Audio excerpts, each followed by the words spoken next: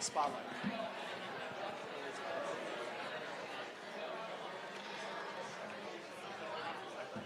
The spotlight. All right, all right. Good evening. It's good to see everybody. Well, kind of. The spotlight's a little blinding, but that's okay. The numbers in the audience, it's incredible tonight. And also we have our friends from home or from really around the country, proud family members and grandparents all around on Zoom tonight. So I'd like to welcome everyone. My name's Michael Goldspiel. I'm the Assistant Superintendent for Secondary Education here in Roslyn. And how we doing tonight, guys? Yeah? Yeah? All right, good. Tonight's going to be exceptional. The energy, the amount of work that all of you have put in, you have amazed us all year. And obviously, Ms. D, I'm sure, has told you that, and she'll be able to articulate that a little more throughout the evening. But really, where you guys started and where you guys are today or even 2 weeks ago, it's incredible. This experience here, this is year 5, which it continues to grow, and it morphs every year into something more and more spectacular. So tonight, can't wait to see what you guys bring here, and we'll get going here momentarily. Next, I want to hand this over to the assistant principal at the high school, Ms. Carol Murphy. Thank you, Michael. Thank you so much for joining us tonight to celebrate our students and our wonderful incubator program. As Mr. Goldspiel said, this is 5 years in the making, and I can't agree more that the program just keeps growing, and our students just do greater and greater things. Everything they're going to bring to you tonight is very exciting, very creative.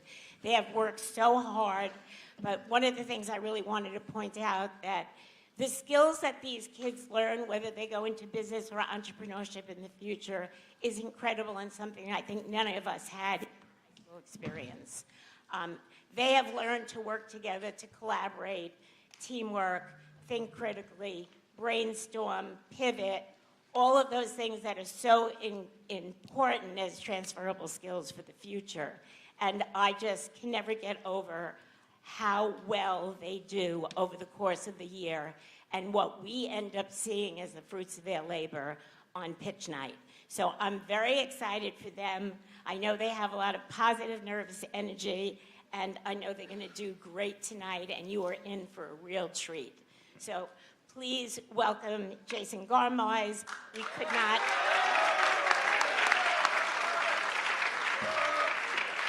He is our community champion, and we could not do this program without him. Jason.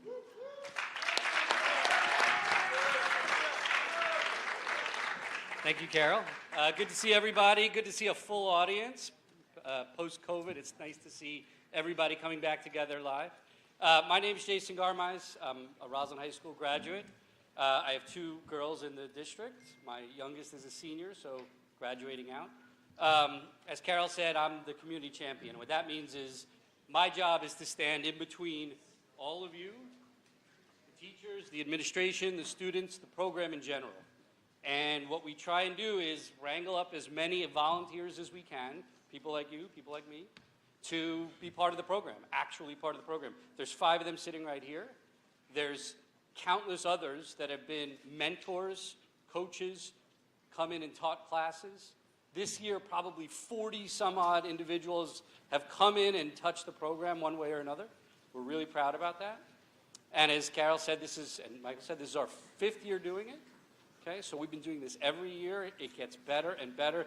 The students get better and better. The bar rises higher and higher. And let me just tell you a couple of quick numbers here. In our 5th year here, we've now put 230 students through Incubator, 90 through Accelerator, so if you put those together, it's kind of double counting a little bit. 320 students have been through the program already. So amazing, we're all really proud of that. And none of that could happen without Ms. D. So before I hand the microphone to her, I just want to say what these folks here up front are going to be doing. They're going to be asking questions, making comments, ultimately judging, and you're going to see us on our phones. We're not checking scores, we're not texting each other. We're just coordinating and moderating the program so that we have an efficient communication with the students, okay? Thanks for everybody for coming. We're really excited for tonight. Hopefully you guys are too. Ms. D. Right. Okay. Welcome. Thank you so much for coming. As they said, I've been doing this for 5 years, and I love my job. I have had the greatest experience with this program, and these kids have made it so great. So let's give them some applause.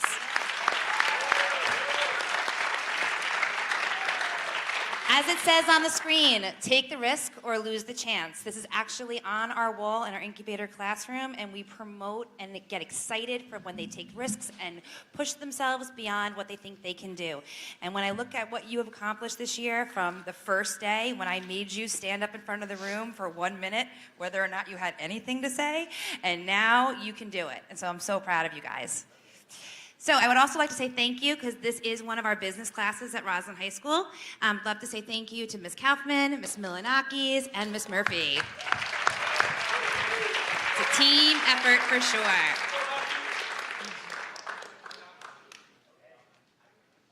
Milanakis, can you push go next?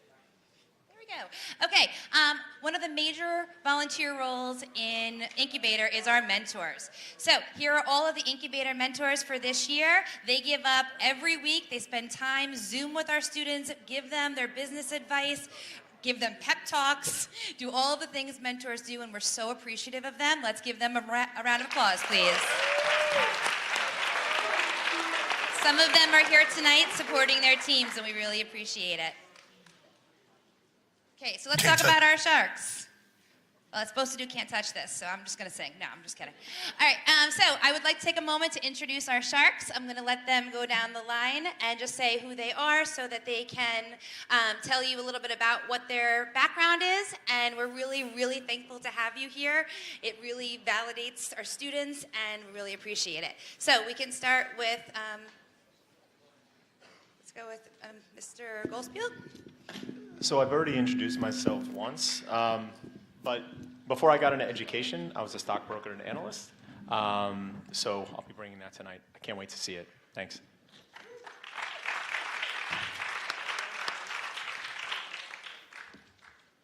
Hi, my name is Natalie Mashal. I've got 2 children currently in this system, a freshman and a sophomore. I'm very happy to be here.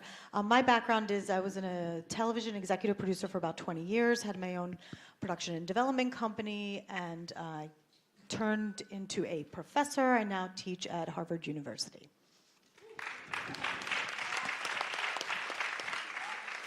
Good evening. My name's Mark Cohen. I'm a retired corporate executive. I just want to expand briefly on what Carol Murphy said. The students in this program have learned a tremendous amount. Some of the things that they've learned, many of the things they're taught in business school. Secondly, they've learned to receive a tremendous amount of constructive criticism, much of which they've accepted. And thirdly, something that I think you're going to see tonight, they've learned how to effectively present in front of numerous people. And I'm very proud to be associated with the program, and of course, the outstanding leadership of Jen DiPietro, who I think really.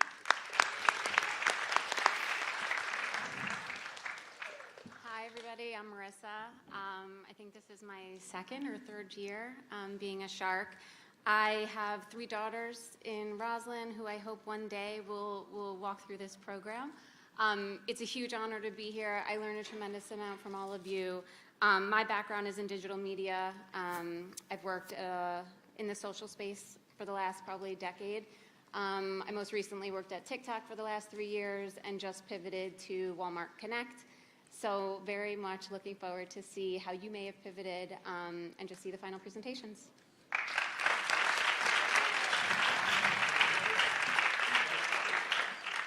Hi, everyone. Monica Lund, thrilled to be here tonight and just echo everyone's comments. These kids have worked extremely hard on these pitches and excited to see the final product tonight. I have 2 kids in the system, a 4th grader and a 1st grader. I have spent about 20 years in the education technology space, working for large ed tech companies, running startups, and then most recently have pivoted to consulting many different startups and helping them scale their businesses. And I can tell you that these kids are just as impressive as the startups that I consult right now. So, thank you. All right, thank you so much for giving up your time. Our Sharks have seen our students twice before in the MVP pitch as well as the final pitch. And the Sharks pick their top four, who will be definitely taking the stage tonight. How it will go is each team has 10 to 12 minutes to present and pitch their idea, their business, to the Sharks. Then there'll be 10 minutes of questions from the Sharks. They don't know what the questions will be, just so you know. Okay, so here's my moment to be the cheerleader again. You guys got this. You have worked so hard this year. Everyone in this room is rooting for you. They want you to succeed, so smile, have fun. You have worked all year for this, and we're rooting for you. Let's give them some love. You're gonna be great. And I'm right there if anything happens, okay? All right, that being said, we were able to get 450 Roslyn email accounts to vote for this year's People's Choice. Amazing. Many teachers were very generous with their time and were allowing our students' videos to be shown. It was a tough down to today, making sure who was going to be our People's Choice. You ready? Okay, that being said, I think the most trustworthy person is my 8-year-old son, Joey DiPietro. Come to the stage, baby. Can you say hi? Hi.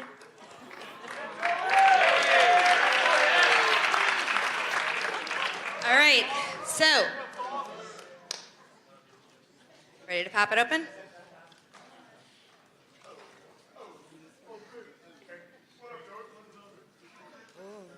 Take out the envelope.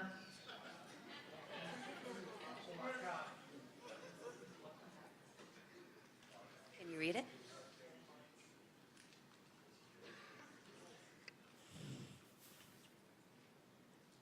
The People's Choice goes to Cream. All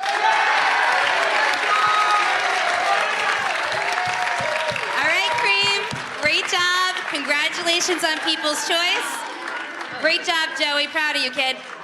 So, Cream, if I were you, I'd go to the cafeteria, practice a little bit, get the nerves out. You've got this. All of the teams who were going for People's Choice are awesome, too. All right, our first team to the tank. Come on up here, Style Wizard.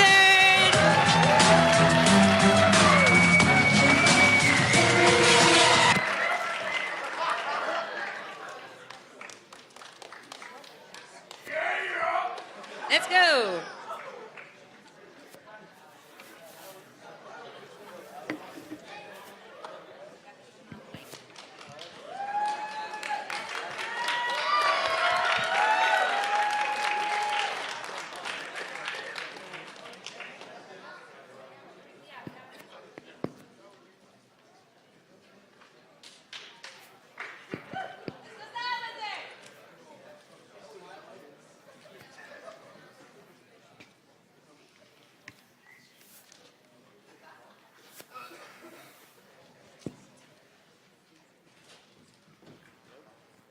Hi, we're Style Wizard, and we're here to take the stress out of getting dressed. I'm Lee Officer Sapir. Misty.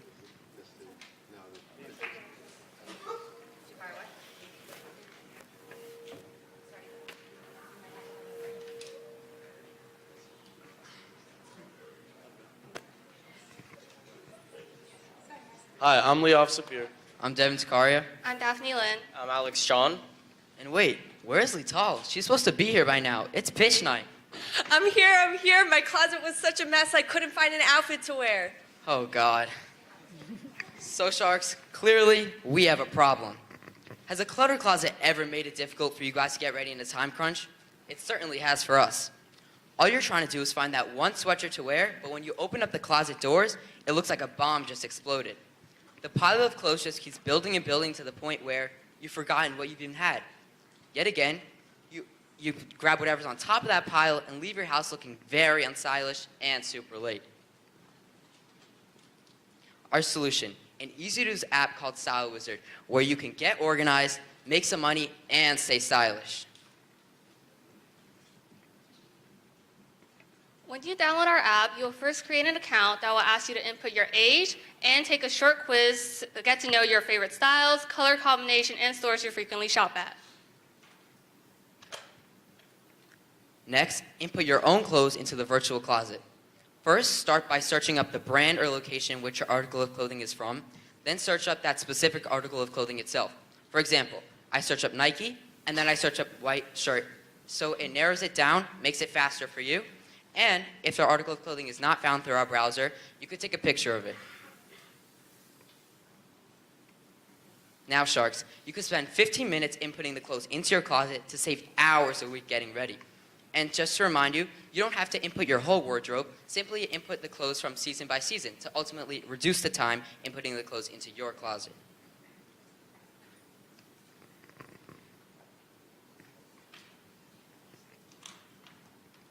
Now, right before you generate your outfit, you could pick your occasion. For example, let's just say I'm going to school, I'm going to press casual, so the generation knows what type of clothes to incorporate into my outfit. Now, you can generate your outfit with just a click of a button. Your generated outfit will take into consideration the style you have chosen and the weather for that day. And if you happen to not like a certain article of clothing, or if it's in the wash, you can choose to either swap it out or regenerate the outfit entirely. Now, to help declutter your closet, our app will track which clothes you swap out most often and will recommend it to you to either sell or donate it. Now, to sell, you just need to create a listing of the item and choose which marketplace you want to post it on, such as Poshmark, Mercari, and Tradesy. And if you happen to be below the age of 18, it will ask you to input your parents' email address to ask for their permission to use their account to sell. If you don't want to make some money and want to help give back to your community, you could do the same type of process with donations. For example, let's just say I want to donate my clothes to Goodwill. You can do so.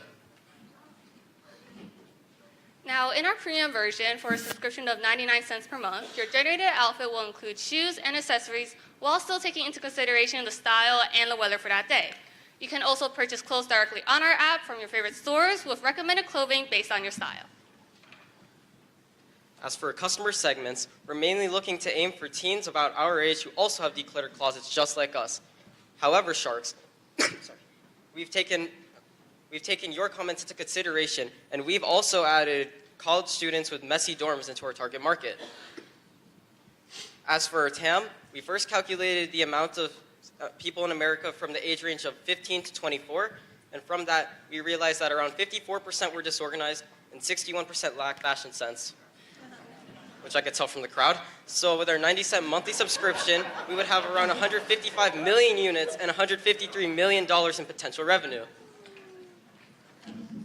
As for SAM, we took the 12.9 million unique units from our TAM, and around 6% of people live in New York State. So this would give us around $9.2 million in potential revenue and 9.2 million units.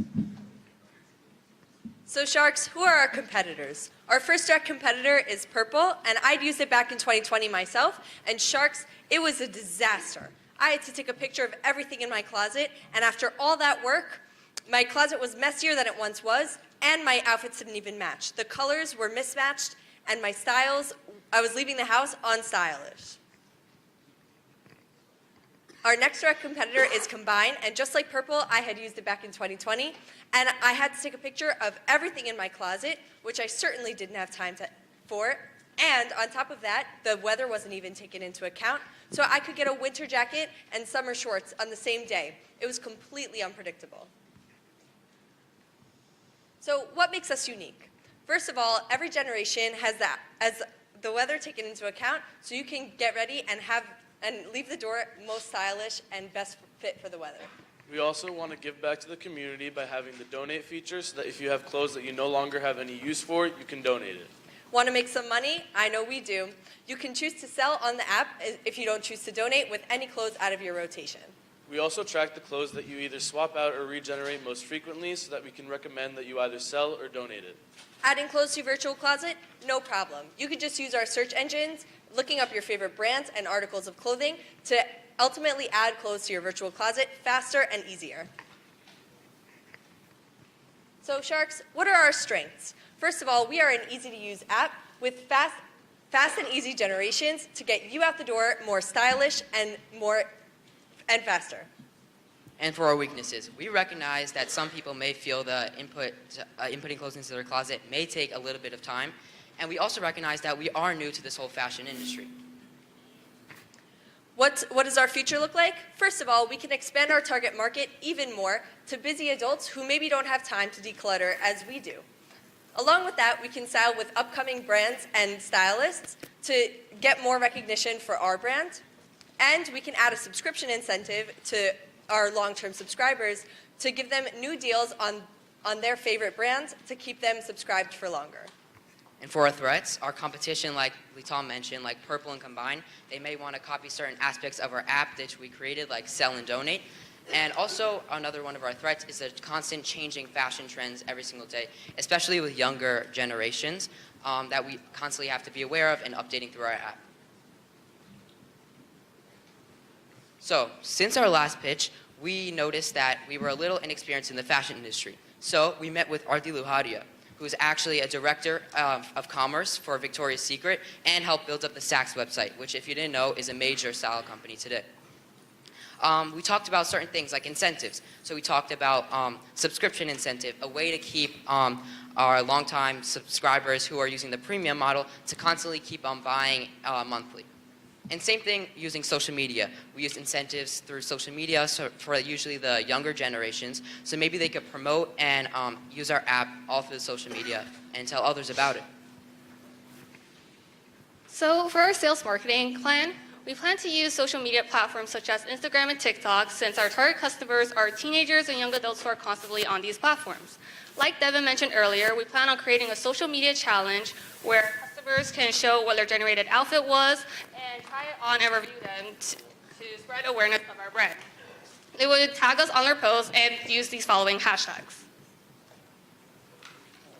We have also created flyers that we have also already posted around the school to inform students of our business as well.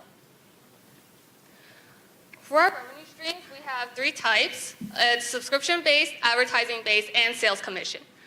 Here you see the listed prices of our premium subscriptions starting at 99 cents for 1 month and to $5.99 for 12 months. For advertisements, we are charging $8 for every 1,000 impressions for general ads and $12 for every ad on clothing brands, as these are related to our industry. Since our customers can sell and buy clothing from our app, we will also earn a 2% commission from each sale that was made, as well as each purchase that was made from our recommended clothing. This following graph shows our expected revenue growth for the first 3 years of our launch, and as you can see, we expect to break even and earn a net income during our first year. In the following years, we expect revenue growth as more customers more customers use our app and purchase a subscription.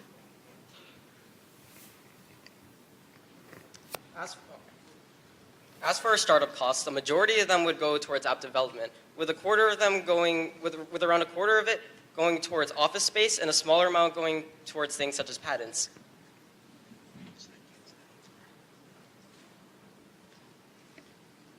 As for our SG&A costs, the majority of it would go towards salaries to things such as customer service, lawyers, and accountants, and the other half of it would go towards advertising on social media platforms such as TikTok and Instagram. So we had our PFA pitch around 2 months ago where we surveyed around 50 people and asked them some of our most frequently asked questions. For our first question, we asked what are their top favorite features, and as you can see here, the weather being taken into account, the selling and the donate, and the swap and regenerate features are the top features. So we are going to make sure that in future advertisements, we will give these features the spotlight so that we can really hook on to customers. We also asked what are some of the top concerns with our app, and as the major top concern is the closet setup time. So we made this problem a priority so that we could lead up to the next question being how much time people are willing to invest into setting up their closet. Majority of the people wanted to invest around 1 to 10 minutes into their closet time, so we hypothetically inputted our clothes into our virtual closet and saw that it would take us between 5 to 15 minutes to input our clothes into a virtual closet. We also asked if our premium subscription price was reasonable. Our initial price was $4.99 per month, so we decided to lower the price to 99 cents per month and use penetration pricing strategy so that in the future we can raise the price up to $4.99 per month in the future. So we want to thank everyone for listening. Thank you to our mentors, Ryan Sherman and Francis Queller, and also, of course, Ms. DiPietro.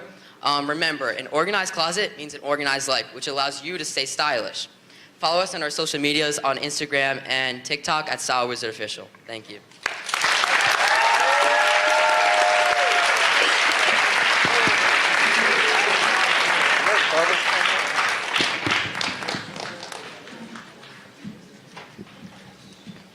Okay, great. Nice job, guys.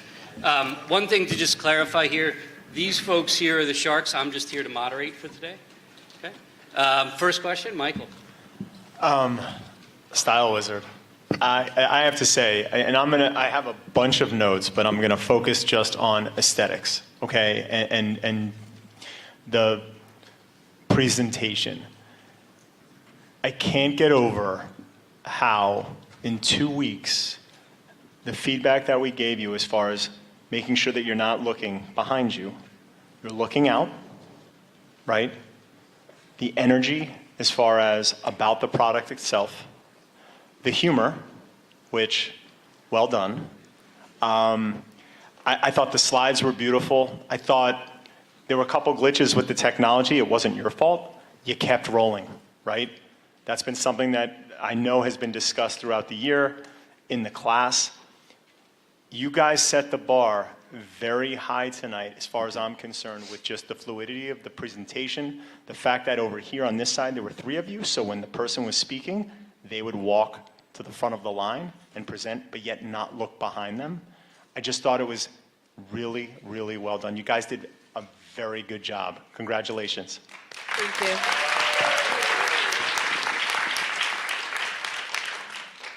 Mark, good.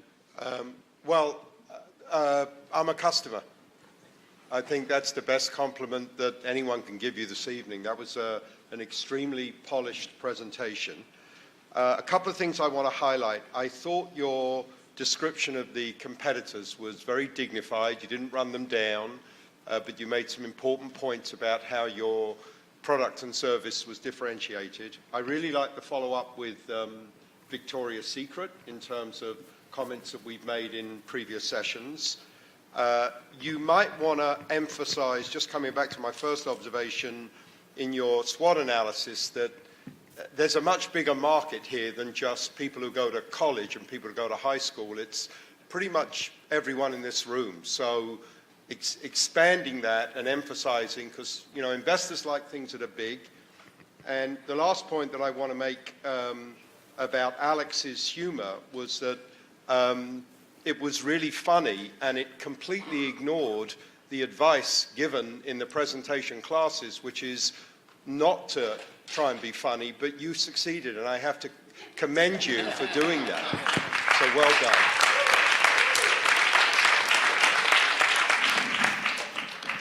done. Style Wizard, how far you have come. I am so proud of you. From the very first time we saw you, I would say the first time it was a little like, what is it? What is this idea? But now it is clear as day. Your presentation was fluid and smooth. You own the idea. We know exactly what it is now, so you should be very proud of yourselves for that. I did like the idea that you noted that in the survey that you did, that the sell donate part was one of the most alluring components, because I was thinking to myself, I want to put my whole closet in just so I can donate and sell. It makes everything so much easier, right?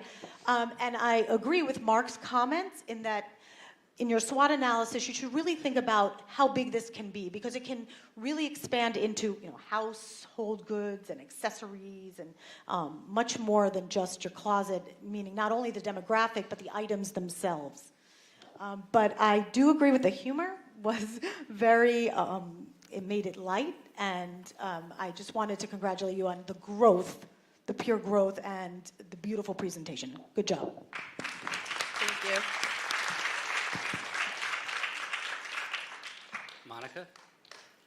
Amazing job, guys. You guys have come a far way, and as an investor, this is a super viable idea. You guys have a 3-tier revenue model. which is brilliant and an investor's dream come true from a commission standpoint, from an app standpoint, advertising standpoint. So definitely hit the viability on this one. I love the business model around selling and donating, as I mentioned last time, and I'm glad you addressed the under 18 concern that we had. I'm also glad that you expanded the target market, so everything we had asked you last time was addressed in this presentation, so hats off to you guys for that. Couple questions. The difference between what I garnered from the free versus premium was the accessories feature. And I guess, did you test this out in the market that this is something that would trigger someone to go from a freemium model to a premium model? Would that extra component of having the accessories also inputted into the outfit, the shoes, the jewelry, whatever else it was, is that something that would trigger someone to pay for the app, I guess, put it that way?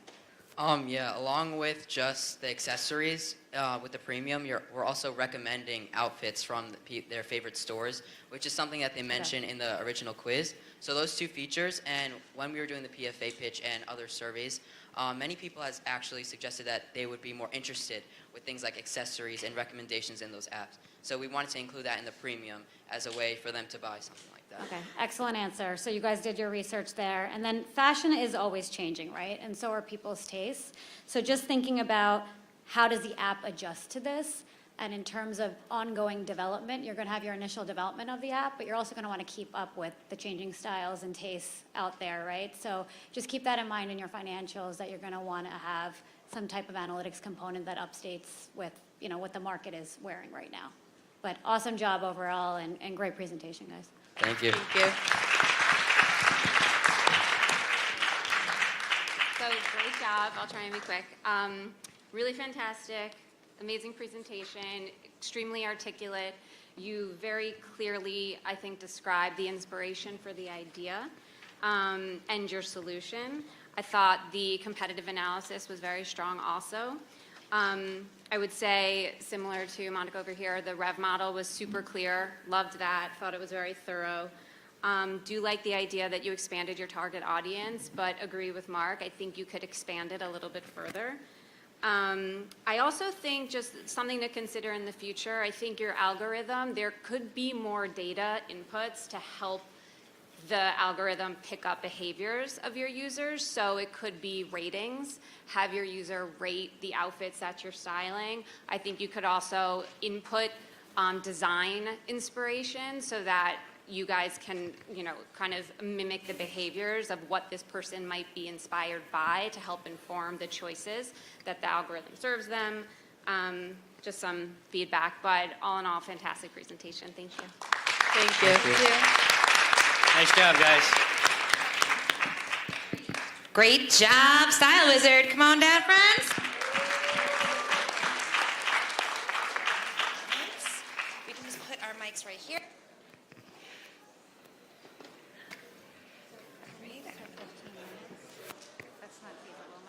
No one mentioned about that. Our next to the tank. Let's give some love for Food Mood.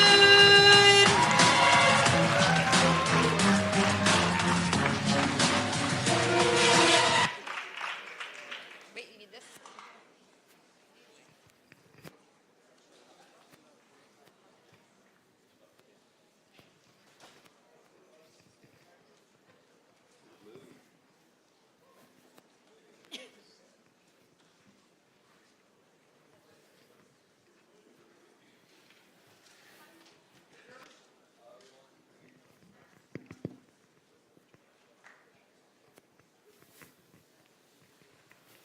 Hello, everybody. I'm in your Food Mood team, and we're here to help you find the food that fits your mood. I'm Logan Karnofsky. I'm Orr Vayner. I'm Tyler Lustig. And I'm Tyler Giordano. Sharks, let me tell you something about myself that I'm sure you guys have heard all too often. I'm a foodie, and I love to eat. But what I love more than absolutely anything is enjoying my all-time favorite food, which is, you guessed it, the chicken parm over linguine. Now, usually, to see where I should enjoy my favorite food, I'll use apps that rate restaurants such as Yelp and Google to see where I should dine. But every time I try and do this, I run into the exact same problem. These apps, such as Yelp and Google, rate these restaurants holistically, while all I care about is how my chicken parm over linguine is going to taste. Now, Sharks, this is a real-life problem. As you can see here, this is a Facebook group called the Tri-State Restaurant Club, and these people are unable to find their favorite dish at a certain restaurant. This is a real life problem, but we're here to solve it. Secondly, these apps such as Yelp and Google have very inaccurate recommendations, which can lead to an undesired dining experience. And these apps are pay to win, which we do not believe is an ethical way to run an online food review business. But Sharks, we have a solution to all these problems. Blake, tell them about FoodMood. So FoodMood is an app that rates dishes instead of the restaurants as a whole. So when Tyler's going out for dinner and he knows he wants a chicken parm over linguine, he wants a fast and effective way to figure out which restaurant he should go to in order to have the most optimal dining experience. However, with the current apps on the market, he is not able to do this. Oftentimes, with apps such as Yelp and Google, these apps do not accomplish what he wants to do. So what FoodMood does is we rate the dishes specifically instead of the restaurants as a whole. The way our interactive user rating system works is that you're able to search a dish in FoodMood, and then the reviews and recommendations from your peers will appear for the local restaurants. Then, once you've dined at the FoodMood recommended restaurant, you can then input your own review into FoodMood. We also have many different features depending on the pricing plan that you choose. So this is all about FoodMood. So we're an app that will be available on all mobile devices on the App Store. We have our user rating system, as aforementioned, so not only can you look at other people's reviews, but you can input your own reviews to contribute to the food review community. And now you might be asking, how do we help? At FoodMood, with a few simple clicks of a button, we can ensure you the best dining experience possible. So this is what you see when you download our app. So first, you'll be taken to a screen where you could search and favorite various dishes that you're in the mood for. So if you're in the mood for chicken parmesan, you click on that, and you'll be taken to a screen to see where you can get chicken parm near you. And if you want the highest rated chicken parm near us, which is $3.88, you click on that, and you see why it has the rating that it has. So FoodMood has 3 primary target markets: foodies, frequent travelers, and groups of 2. For foodies, we define these to be people who dine out at least 1 to 3 times a week, whether you're ordering in, taking out, or eating at a restaurant. These people will benefit from our app because they will eat the best dishes from the restaurants and not have to worry about bad experiences. Next, we are targeting frequent travelers because these people might be unfamiliar to the area or might not know what to order. But in this case, with our authentic reviews, these people will experience the best dishes in town. And lastly, we are targeting groups of 2 because we know it can be hard to settle from a restaurant that has both dishes that you might want. But with FoodMood, we generate an overall grade of the 2 dishes so you can have the best experience. So FoodMood has 3 pricing plans: a free version, a pro version, and a premium version. The free version comes with advertisements, the ability to search from one dish at a time, and a distance radius, which means you can search from within a certain distance. The pro version is $199 a month or $17.99 a year, and that comes with less ads, the ability to follow and be followed, as well as the ability to search up to 2 dishes at a time. And lastly, we have the premium version, which is $299 a month or $24.99 a year, which includes everything in the pro version and the premium, and pro version and free version. And that also includes the ability to search from restaurants, and there's a You Might Like section which generates dish preferences based off your previous search history. So recently, we conducted a March Madness style bracket on Instagram to gain feedback from our community and see what dishes people like the best. Second, a TikTok challenge. This would be a good way for people to see how FoodMood works and to show them that it works, as people will show themselves using FoodMood and show themselves eating their favorite food. And lastly, we will sponsor influencers to get our name out there. So for our total addressable market, we decided to go for a more broad outlook. So to start off, we're going to go for people that are 15 and older, and then people who are foodies. We decided to go with people that are 15 years and older because at this age, people can start to make decisions about where they want to eat. And we define foodies as people who go out to eat 1 to 3 times per week. For the serviceable addressable market, we decided to narrow it down and go for people that live in the tri-state area. This is because it is closer to us, and we will be able to nail it before we scale it. So Food has three main competitors: Yelp, local blogs, and Google. First, with local blogs, while a local blog may write a dish or two individually, they won't go in-depth on the menu, which Food will. And next, with Yelp and Google, they do not rate dishes individually. So you may hear, oh, I love 388, but if you want to go there, you have no idea what to order. So we conducted a SWOT analysis. Starting with our strengths, we know that we are reputable, being authentic, since we are not pay to win. Also, we know that we are unique from our competitors because we have distinct features, and we have a strong connection to the market because all 5 of us have a strong passion for food. For our weaknesses, we acknowledge that it will be a long journey in the development of our app, as we know that we need to consistently have our app functioning and there will be no bug. For our opportunities, we feel that we can entice both restaurants and users to use our app by creating end-of-year rewards. By recognizing restaurants for their best dishes and recognizing users for the most reviews, we feel that we will attract more activity for our app. And finally, for our threats, we feel that an insufficient user volume would be harmful to our app, as we would not have enough reviews for our app to function.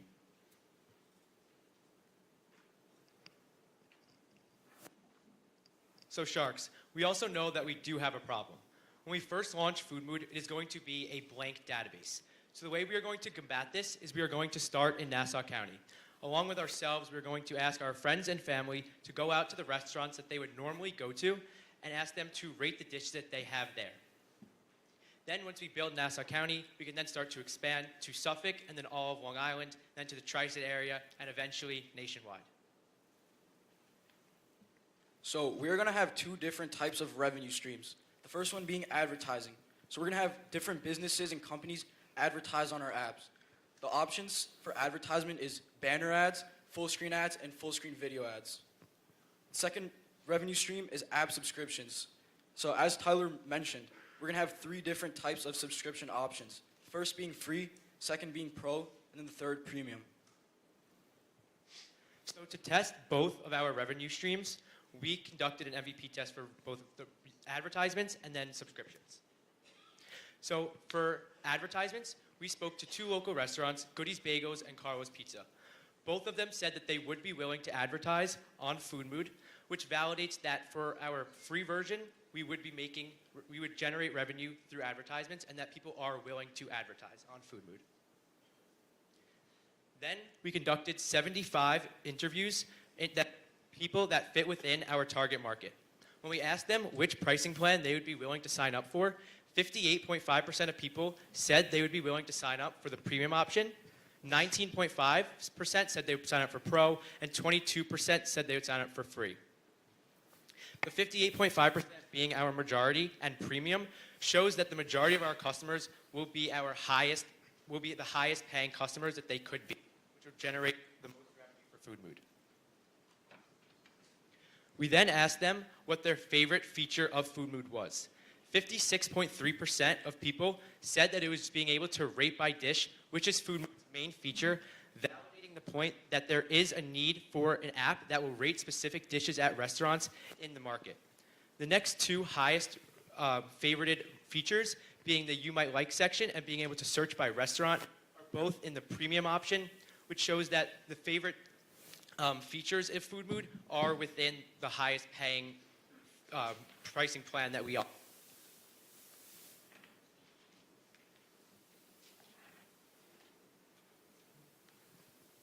So our selling, general, and administrative costs are going to consist of marketing, bug fixes, and administrative.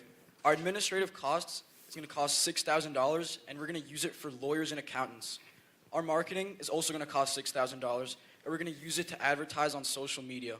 Finally, we're going to spend $2,000 on bug fixes. Since we're going to be constantly updating our app, we're going to need to make sure that there are no bugs on it. So these are our revenue streams, and from year 1 to year 2, we plan on having a 150% growth rate and from year 2 to year 3, 125% growth rate.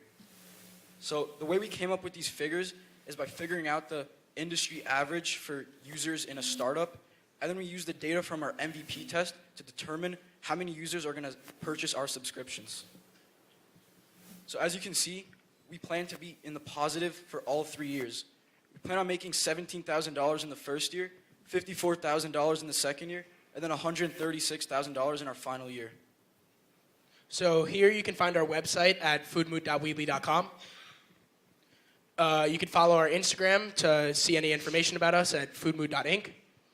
And if you have any questions, comments, concerns, you can email us at foodmood.inc@yahoo.com. So first off, we would like to thank you Sharks for volunteering your time and listening to all of our pitches. We'd like to thank our amazing mentor, Ira Sikaria, for all of her help. And we would like to thank our teacher, Mrs. DiPietro, for making Incubator 2022-23 an unforgettable experience. And don't forget, find the food that fits your mood With Food Mood. Thank you.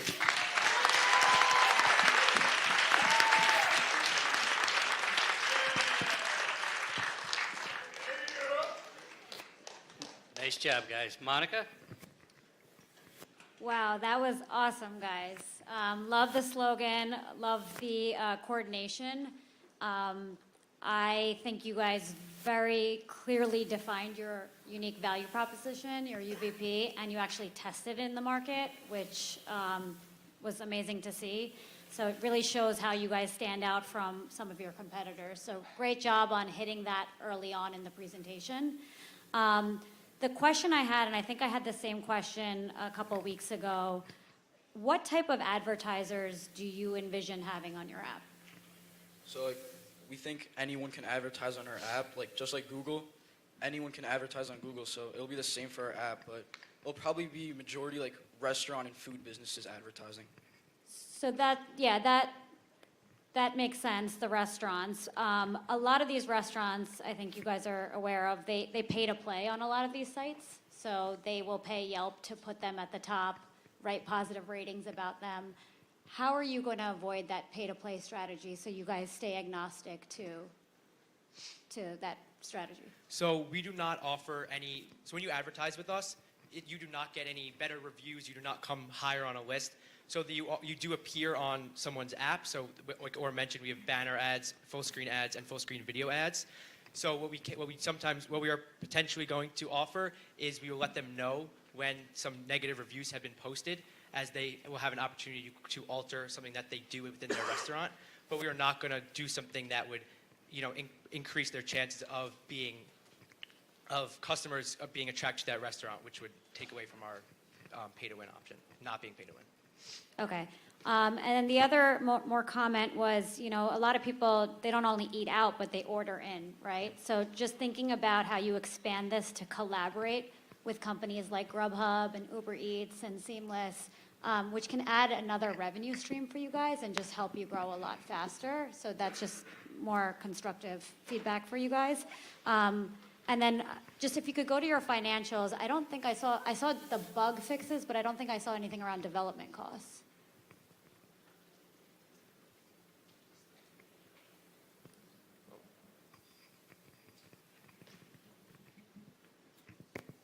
Where do you guys anticipate the development costs coming in? So we're just gonna spend our development costs creating the app and the website and getting a patent. So those are gonna be our only startup costs. So that's incorporated part of our administrative costs. Okay. All right. I just wanted to confirm that. But overall, great job, guys. This is an amazing idea, and I would definitely be a user of this. So. Thank you.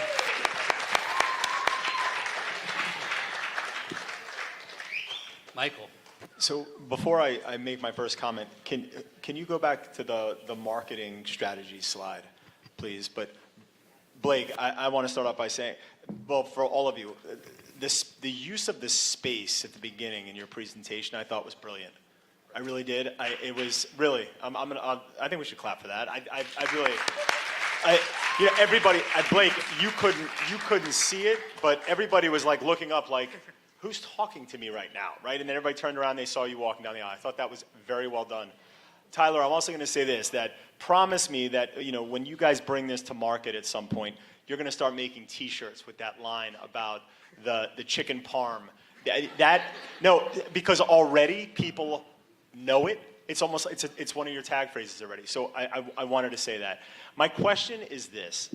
So, and I don't remember who presented this slide. Perfect. So you mentioned something about a bracket style. So could you explain that a little more? Because you mentioned it, which was perfect, and then you moved on, but I'd like to hear more about that. Yeah. So we did various foods in various different regions, like the Real March Madness style bracket. It was a way for us to see what our customers like the best and what foods they like the best. And you did that, right? Yeah. So can you tell us a little bit about it? What kind of information did you gain from that? So we were able to see what restaurants in each region were most liked. So for burgers, we were able to see what restaurants were like Shake Shack, what people like to say about it, or with their chicken parm, what people like where they liked it. All right, great. It was interesting. The way that you mentioned in this slide I thought it was very well done, but I just needed a little bit more information. Yep. Thank you. Thank you. Mark. Sure. Yeah, I have a couple of questions, but before I ask them, I really like your market segmentation of the foodies, the frequent travelers, and the groups of two. I thought that was very well done. I like the fact that you were anticipating problems, like looking around corners in terms of starting up your business, where you're going to get the activity. That was very important. Your slides and presentation was very effective. It was very polished. We could tell the story. Really a big improvement over, essentially, it was pretty good last time. It was really very good. Couple of questions. So just to pick up on what Michael said, Blake, why did you decide to do that? Like walking down? Yeah. Well, I thought it would be a better way to kind of like encapsulate the audience, and instead of just like standing up here and giving the pitch like, you do for the rest of the time, to kind of start off with a way to kind of grab everyone's attention in a different way. And that was your idea? Yes. Yeah. Well, it was very effective. I mean, people may not remember what you said, but they're going to remember that you did it. But well done. And then secondly, if you can go to the slide that has the choices on the, you go to the slide, the choices on the premium model or the free model. Not that one, the one that where you did the survey of how many people wanted to participate. Yeah.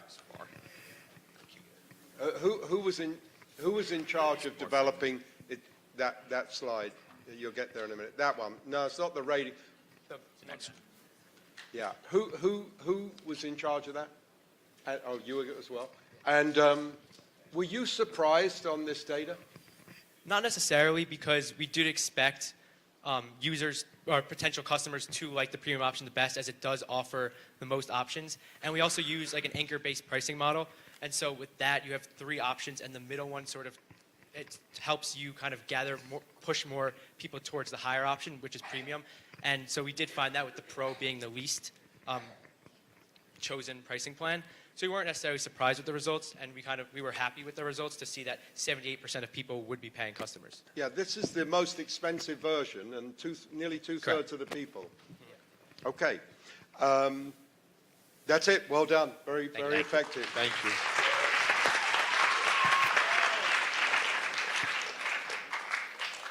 Natalie. Yeah. So I love this idea. This is a really great idea. You have a fantastic logo. Kudos to the logo. That's amazing. And I love that you started off with your personal story, because it really grabbed us, which is just part of a great presentation, is kind of luring us into something personal. I do have a question. So I know we're talking about what the best chicken parm is, or where the best, cucumber roll is, but what about the negative comments that you receive on the site? Is there any policing? Is there a chance for restaurants to rebut? Would you pull stuff down? Have you thought about that? So for our Pro version and Premium version, we actually allow the user to have the ability to follow and be followed. So that sort of filter that we're creating, in which you can follow profiles that give reviews that you think are more accurate or more authentic, that's our aim to help reduce the fake reviews, or the reviews that you might not think are as accurate. Well, so if I'm 388 and I got a crappy review for, our one pasta dish, can they go on and comment on something like that, or would you take down this is a horrible pasta dish, or? No, we would leave it up because we want our reviews to be authentic. And we are also thinking about, contacting the restaurants and letting them know. That way the restaurants can improve their dishes also. Thank you. Great job, guys. Thank you. Marissa, go ahead, please. Great job, and I agree. I thought you coming out through the back was perfect, and it was all in the middle, so it broke it up, which I thought was fantastic. I think in general, the logo, a lot of the marketing sound bites were perfection. Like, I will remember a lot of the presentation, but there was a couple, the find the food that fits your mood, and even the nail it before you scale it. 100% as investors, that's what we want to hear. So great job there. When you describe the weakness in terms of insufficient user volume, agree, that is a weakness. I guess I'd love to hear a little bit in terms of how you anticipate overcoming that at the offset. So as a way to overcome insufficient user volume, that would just be we would be marketing ourselves, like Food Mood, to get people to come to our app. So along as restaurants can advertise with us, we would also be hoping to advertise within some restaurants, as well as putting flyers around, either local neighborhoods or, as we said, some of our costs are marketing costs. And so with our own marketing, this is how we kind of attract potential customers to come to Food Mood, and that would be to how to combat the insufficient user volume. Okay, well said, thank you. Nice job, guys. All right, let's hear it for Food Mood. Great job, guys.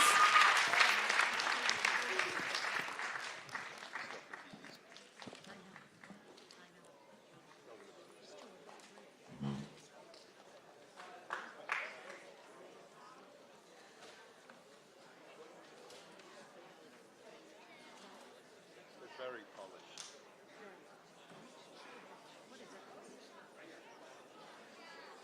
You're right about the logo. I haven't focused on that. It's really the logo and their tagline. I mean, I know that's only one criteria. But... All right, Elevate's coming to stage.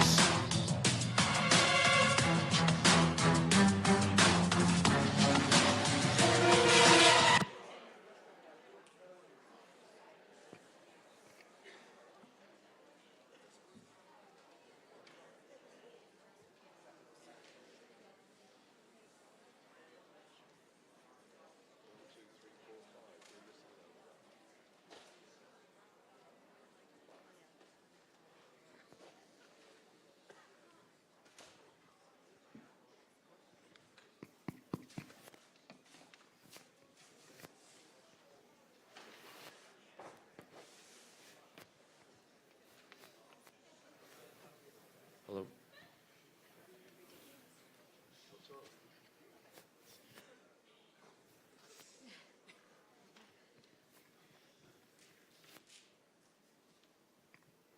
Okay, Elevate. Hi all, and welcome to Final Pitch Night. We are Elevate, a company specializing in the mental health space. Mental health is not a destination, but a process. My name is Justin Sherman. I'm Charlie Heller. I'm Whitney Platt. And I'm Daniel DeSanti.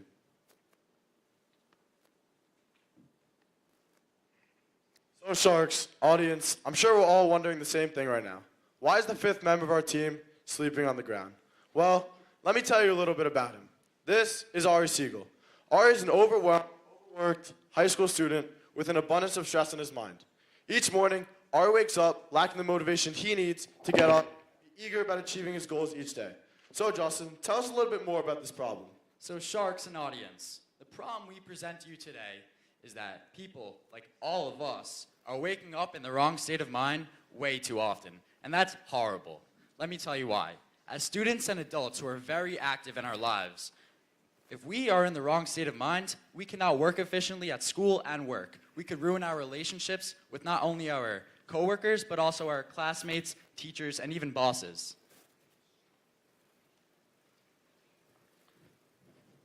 And as successful entrepreneur Mark Cuban once said, successful people wake up in the morning with a smile on their face every single day.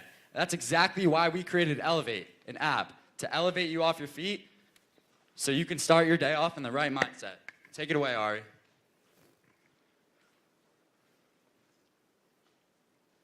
So Elevate. It sounds great, an app that'll wake you up in the right state of mind, but let me take you through how it works. So Elevate, it starts the night before. Elevate will ask you a series of questions about the goals you will want to set out to achieve the following day. And this is the hub, that was the goals, and that's the goals for what you want to do for the following day. So obviously you have to wake up in the morning, so here is the alarm clock page where you can set what time you're waking up in the morning, and then after you do that, you go to sleep, and then boom, you wake up with a personalized positive affirmation directed towards you, and then you get a personalized choice of music that you want. Oh, I get it. We're just a morning app. No, Whitney, we're not a morning app. We continue our positivity throughout the entire day. We remind you of how great you are, along with our suggestions and reminders for you to accomplish your goals. We also suggest, if you have a hockey game, to stretch an hour before. We're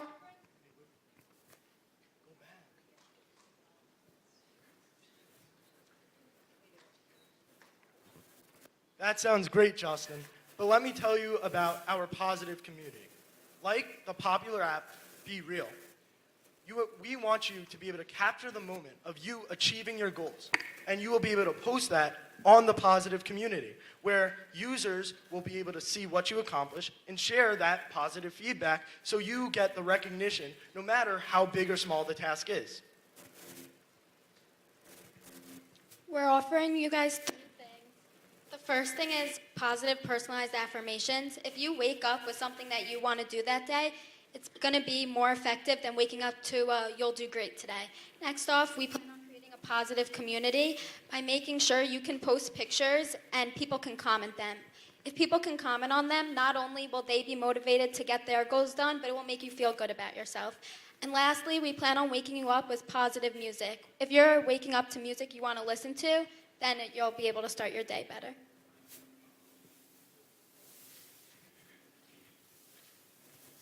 So here at Elevate, we are reimagining the way you wake up with personalized positive goals so you can wake up in the right state of mind.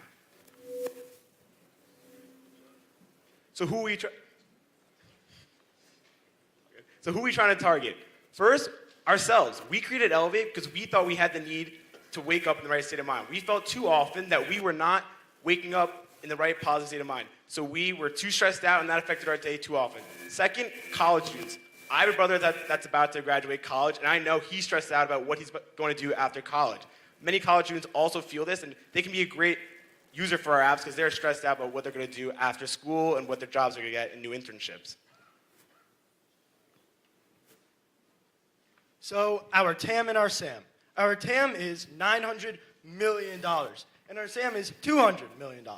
So how do we get there? Well, we started off by selecting our age range, 15 years old to 65 years old, and that's 325 million people in the United States, and we take 85% of that to adjust our age range. Second, we want to target people who actually believe in mental health. According to psychiatry.org, we found that 79% of Americans believe in mental health. So that gives us a TAM of $900 million. And now for our SAM, we want to narrow down the age range just a bit. We want to go from 15 years old to 35 years old, giving us a SAM of $200 million. So who are our competitors? First, we have the Inspire alarm clock. This only wakes you up with affirmations, but they're not positive or personalized, unlike Elevate. Second, we have the Andre Antonou website. This is more of a guideline towards mental health, but we focus more on the wellness side. So we can wake you up with the personalized positive affirmations and the music. The music is so important to us. We found out through many studies, such as Harvard. Take it away, Justin. We found through a Harvard study that music boosts our mood and well-being, and that's exactly what we want to do at Elevate. So we found that incorporating music into our app would put us over the top, way past our competitors. So for our revenue streams, how will we make money? Using a penetration-based value system, we decided to sell our app on the App Store in 3 different versions. First, we have the free version, which we will be making money solely on advertisements and allowing other companies and apps to advertise their company on our app. Next, we'll have the 6-month subscription, which will cost $3.49. And lastly, the renewable yearly subscription, which will cost $5.99. So the first part of our marketing strategy is that we plan on using our strong presence in social media like TikTok and Instagram. So Sharks, we could have the best product in the world simply, but if we don't market effectively and put our app out there, nobody will use it. And a large social media presence, as you know, is not simply enough. So we took your feedback from the past 2 pitches along with the PFA pitch, and we found that we were able to work with the brand ambassadors to advertise our app on large social media platforms such as Instagram, Twitter, TikTok, etc. We, as a group, spoke with the New York Tennis Magazine, a large publication company, and they quote-unquote said they would 100% be willing to demonstrate our app on their social media and get it out there. But Sharks, we don't stop there. We continued with our idea of incorporating our app in the school environment as we spoke with our principal, Dr. Andrews, and he, along with the administration, informed us that they would 100% be willing to enforce our app and promote it through the wellness program at Roslyn. And we, as a group, we would hope that all the other schools on Long Island would hop on too.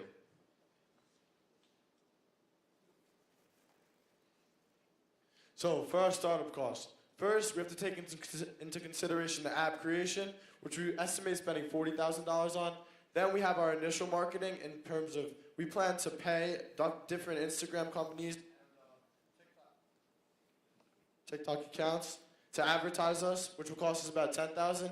And then finally, legal fees to use different voiceovers and different music for about $25,000. And Sharks, you did mention the barrier to entry last pitch, and we took that into account.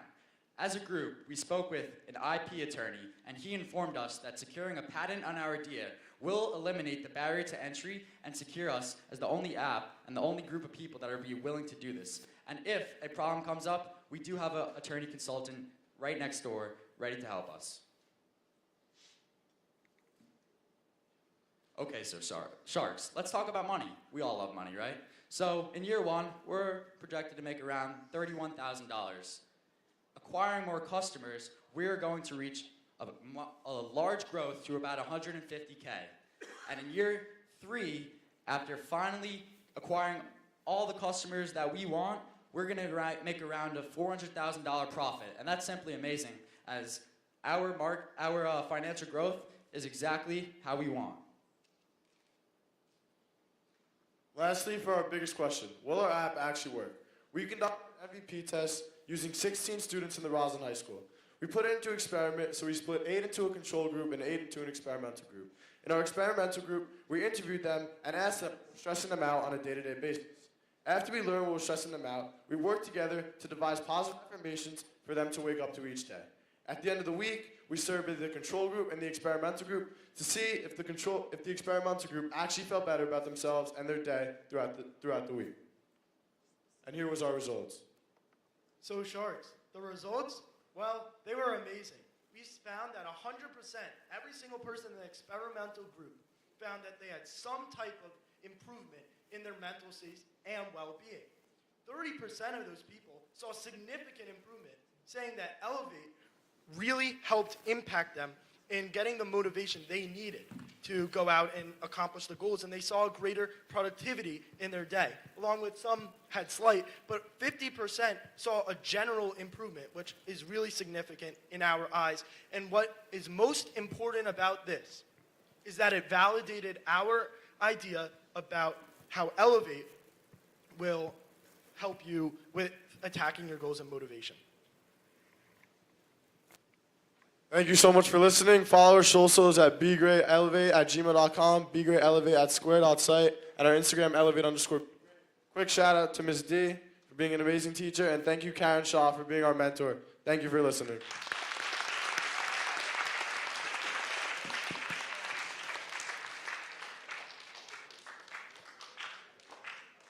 Sorry for the technological issues in the beginning. No,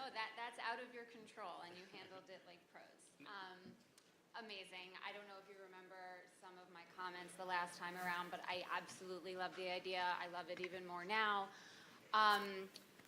It is a universal problem, and I think the way you introduced it at the beginning felt extremely inclusive. So whether or not you think this is something you need, it felt like it after your delivery.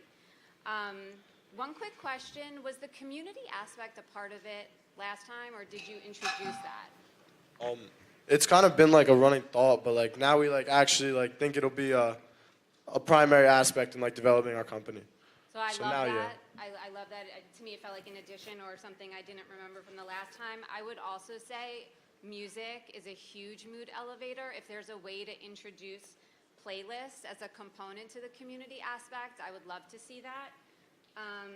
And then the only other thing I was thinking at the beginning when you're setting your affirmations and whatnot, weather impacts mood as well. And so I don't know if there's a way to utilize weather as, to help send positive messages to individuals in the morning and or throughout the day to prepare them. Well, I think that is a great idea. We really didn't take that into account, but hearing that feedback, that's great, and we definitely will look into that. And just something to note about Elevate, it is compatible with the Apple features, which will allow the music. And also, if you forget to put in an affirmation, it'll have your calendar. It'll sync up with the calendar, which is not a competitor. It aligns with it. So syncing up with the weather app would be something very viable and easy to do. So that's great feedback and something we should definitely put into place. Okay, awesome. Thank you. Mark. Well, I have a lot of questions, but throughout this pitch, virtually every one of the questions was answered. So you should really take a bow for that. As I know you've heard many of the sharks, all of the sharks say throughout the year that the foundation of a great business idea is answering the first question, which is, what problem are you trying to solve? And I thought you guys did an excellent job of hammering home the problem, making sure that there was no ambiguity in terms of the problem that you were trying to solve. And I think you have a product and a service that solves that problem. I think every one of you expressed something that's also important for investors, which is you displayed a tremendous energy and passion for this idea. I really believe that if you get this off the ground, you sound like you would use it for yourselves, which I think is commendable. I like the way that you used our feedback.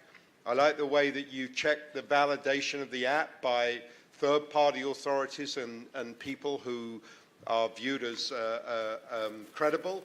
Your MVP test was excellent. This was all around be great, and it was be great, Elevate. Thank you. Well done. Thank you.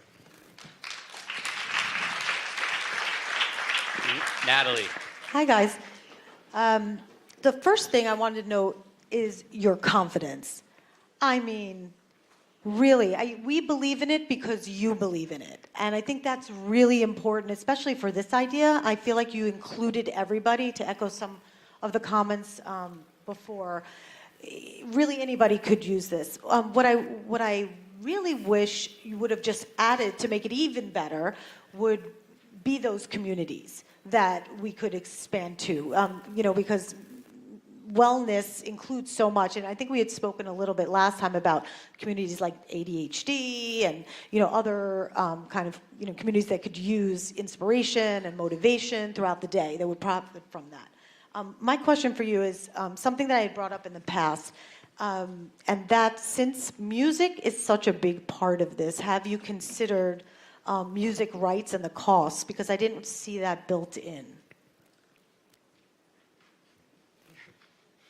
All right, so the music, I believe, Misty, can you go back to the startup cost slide?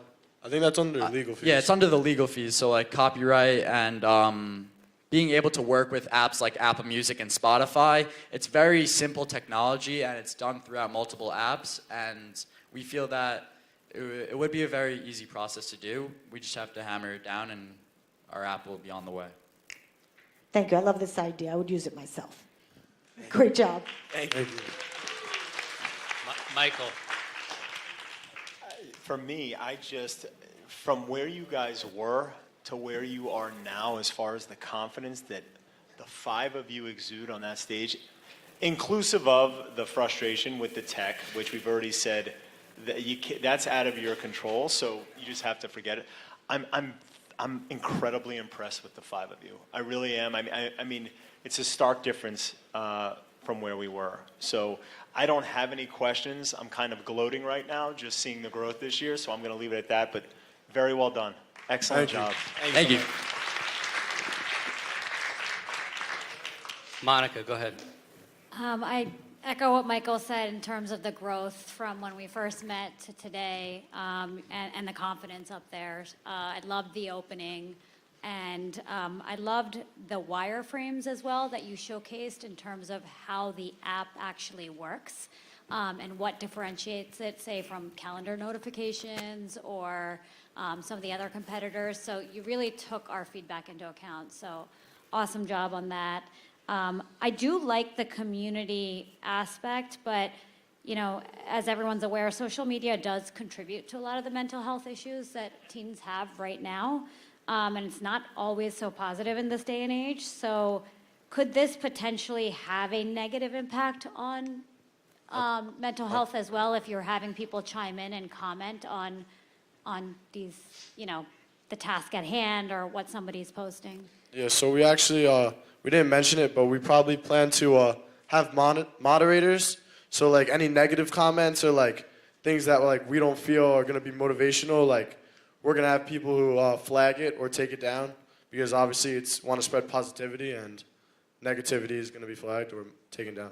Also, on apps like TikTok, I know you know, there's certain words that are banned in comment sections. So I think that is another easy fix, that we could filter out negativity, and where at a point we could, if it becomes a problem, we could do suggested comments where it's simply just positive, where we could eliminate the customizable negative feedback. So we want to keep it as positive possible, and we appreciate the question, and we will look to fix it as soon as possible. And just one more thing I would like to add about the positive community. It's called positive community for a reason, and most of the people that are on our app are there to get the positive interactions, and just they want to better themselves. So as everyone's on the app trying to better themselves, like we felt that obviously we will have the measures in place in case that there's an issue, but a lot of the people, it's really about building each other up. So I would just speak to the quality assurance aspect, what you guys just mentioned. There has to be some kind of way to moderate what's going on. Otherwise, that could be, you know, threatening the whole point of the app. But overall, I think you guys have all the pieces in order. You thought through the right set of startup costs. And yeah, I'm excited to see where this goes. Thank you. Great job, Elevate. So awesome.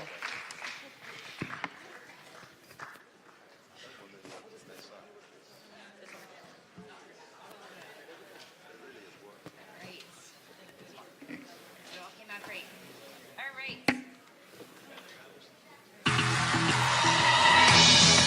Once the bed gets out of the way,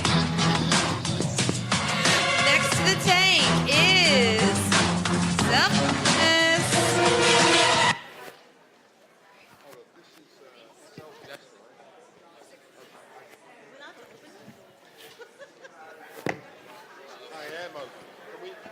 Can I open these? I know. Can I open these?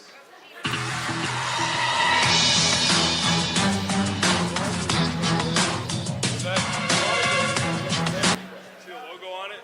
Yeah, no, the logo's here. I got it.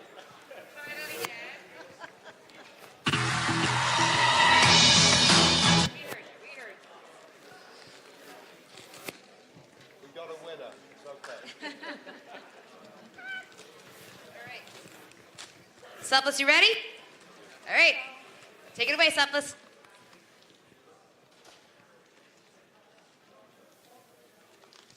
Good evening, Sharks. We are Selfless, providing volunteers with personalized volunteering opportunities for authentic experiences.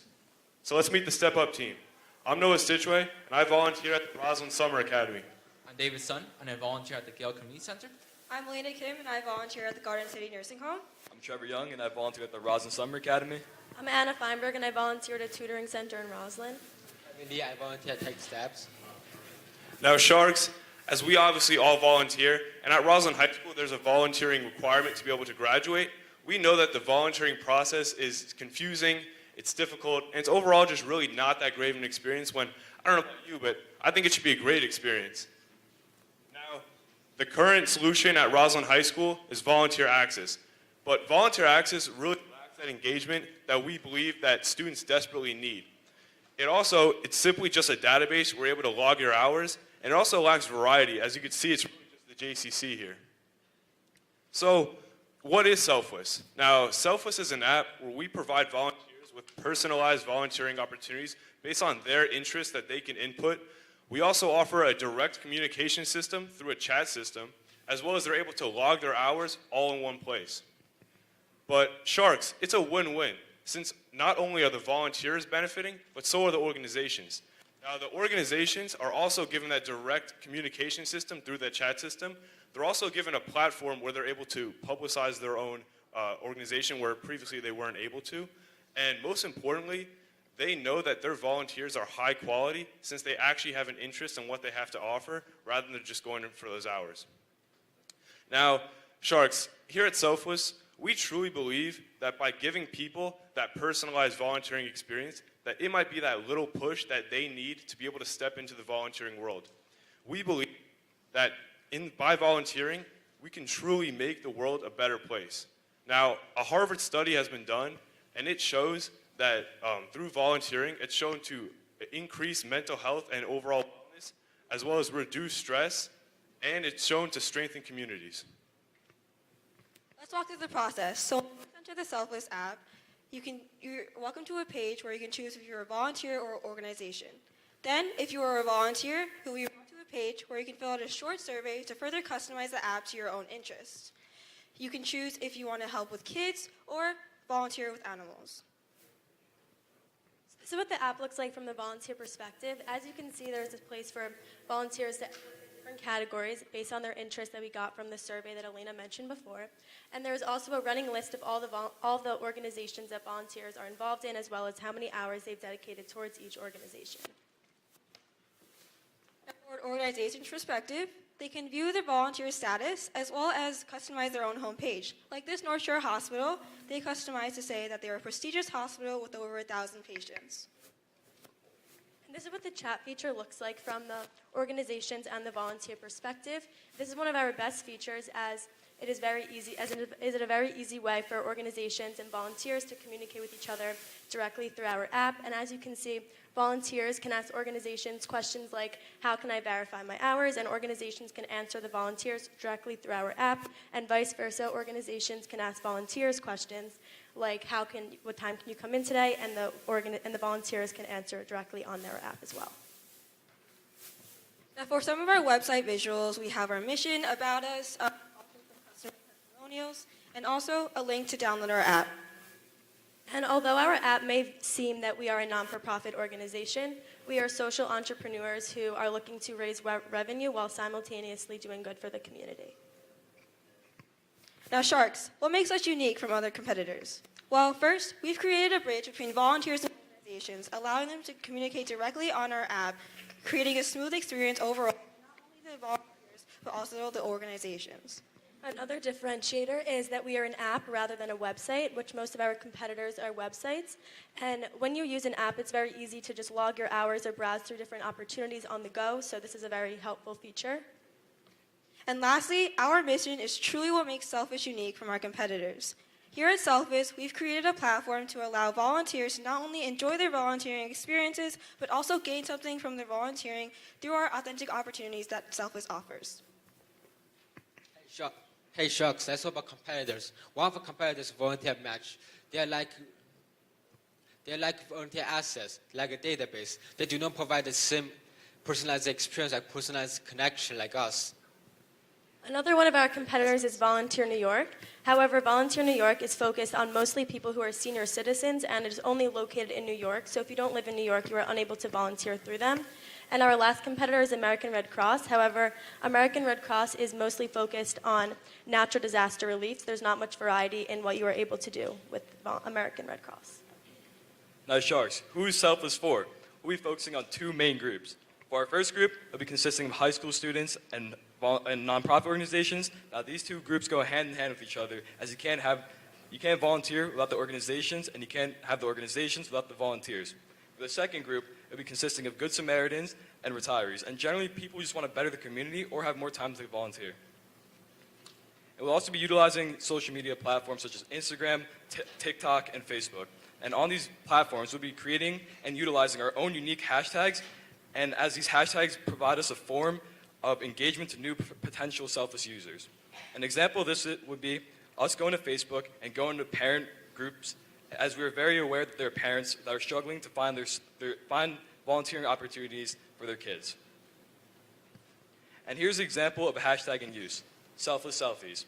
In the middle, David is dressed up as Santa Claus, and he's giving back to kids that are less fortunate. On the bottom left, Noah is playing handball with students at the Roslyn Summer Academy. Now, Sharks, let's talk financials. You know, the fun stuff.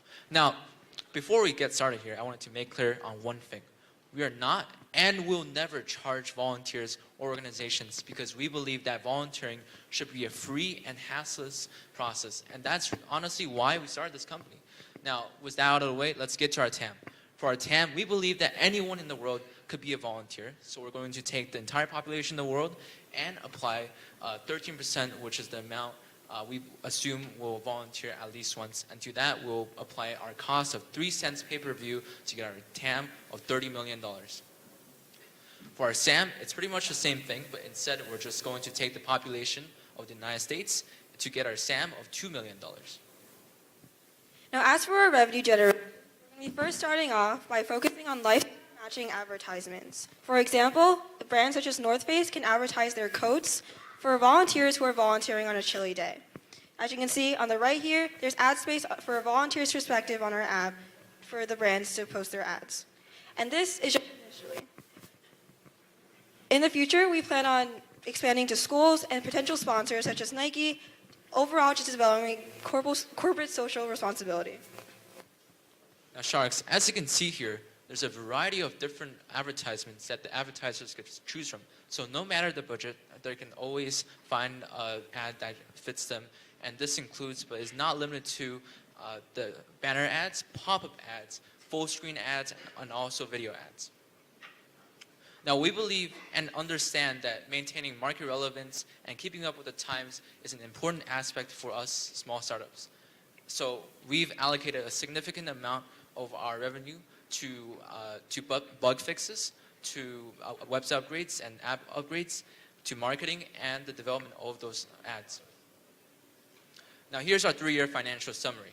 As you can see, in the first year, we're not actually making a net income. And you know what? That's fine. Slow and steady wins the race, and by the 3rd year, we're making a net income of a little bit more than $100,000. From there, the possibility is endless. After we develop our user base in the first 3 years, we can go on, as Elena said, into expanding into schools, potential sponsorships, and developing our corporate social responsibility programs.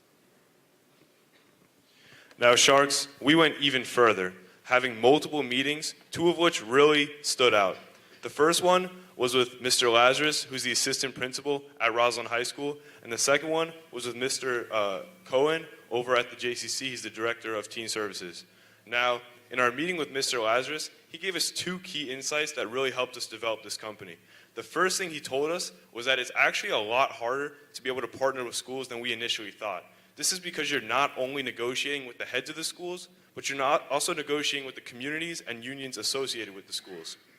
He also validated our idea, saying that there's definitely a need for a service like ours in the schools, as he's found students complaining about not being able to find the right volunteering opportunities for them. Now, at our second meeting with Mr. Cohen, we believe that his input for our company would be very beneficial, as the JCC is a very prominent location for volunteering, as shown in the volunteer access slide, where they had a lot of options to choose from for volunteering at the JCC. So after our meeting, we had 2 key takeaways, one of which was that he told us that we would be expecting a deficit in revenue, but then after we were a more developed company, we would to expect a rapid influx of revenue. And for our second note, he highlighted, like Mr. Lazarus, that there is indeed a serious need for this app. Now, lastly, Sharks, before we finish off here, I just wanted to leave you with this one last thing. As you can see on this graph over here, the value of a volunteer per hour has been steadily increasing over the past decade to a never before seen height. If you look over there, it's actually a little bit more than $31. I mean, that's twice minimum wage. But you know what? It's more than just the economic values. We at Selfless truly believe that volunteering is a way for anyone to grow and excel to their maximum potential. I mean, Sharks, this is a real opportunity here to make a positive change in the world. And you know what? It's not just the Sharks. Ladies and gentlemen of the audience and those watching at home, you too can make a positive change in the world by supporting and volunteering with Selfless. So Sharks, by investing in us, not only are you investing in the dreams of 6 young entrepreneurs, but you're also investing in a platform where potentially millions of people across the globe could reach their maximum potential. Now, Kevin, take it away. Yeah, please follow us at Selfless, roslyn@gmail.com, and Selfless RHS. And lastly, we want to make a big thank you to our amazing teacher, Ms. DiPietro, and our mentor, Ms. Jessica McKeough.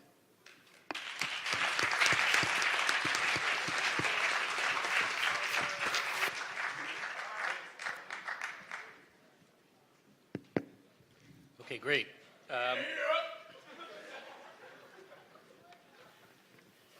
Thank you. Mark, go ahead. Well done, guys. I do have a couple of questions, but let me first of all mention that I think you're trying to do something that is exceedingly difficult, and that I think you're going to succeed at, which is doing good while making money. I know I'm going to start at the end here, but it's David, right? Your passion and plea at the end there was tremendously powerful. And I think it resonated not only with all of the Sharks, but everyone in this room, in that there's more to making money, just to making money, but doing good as well.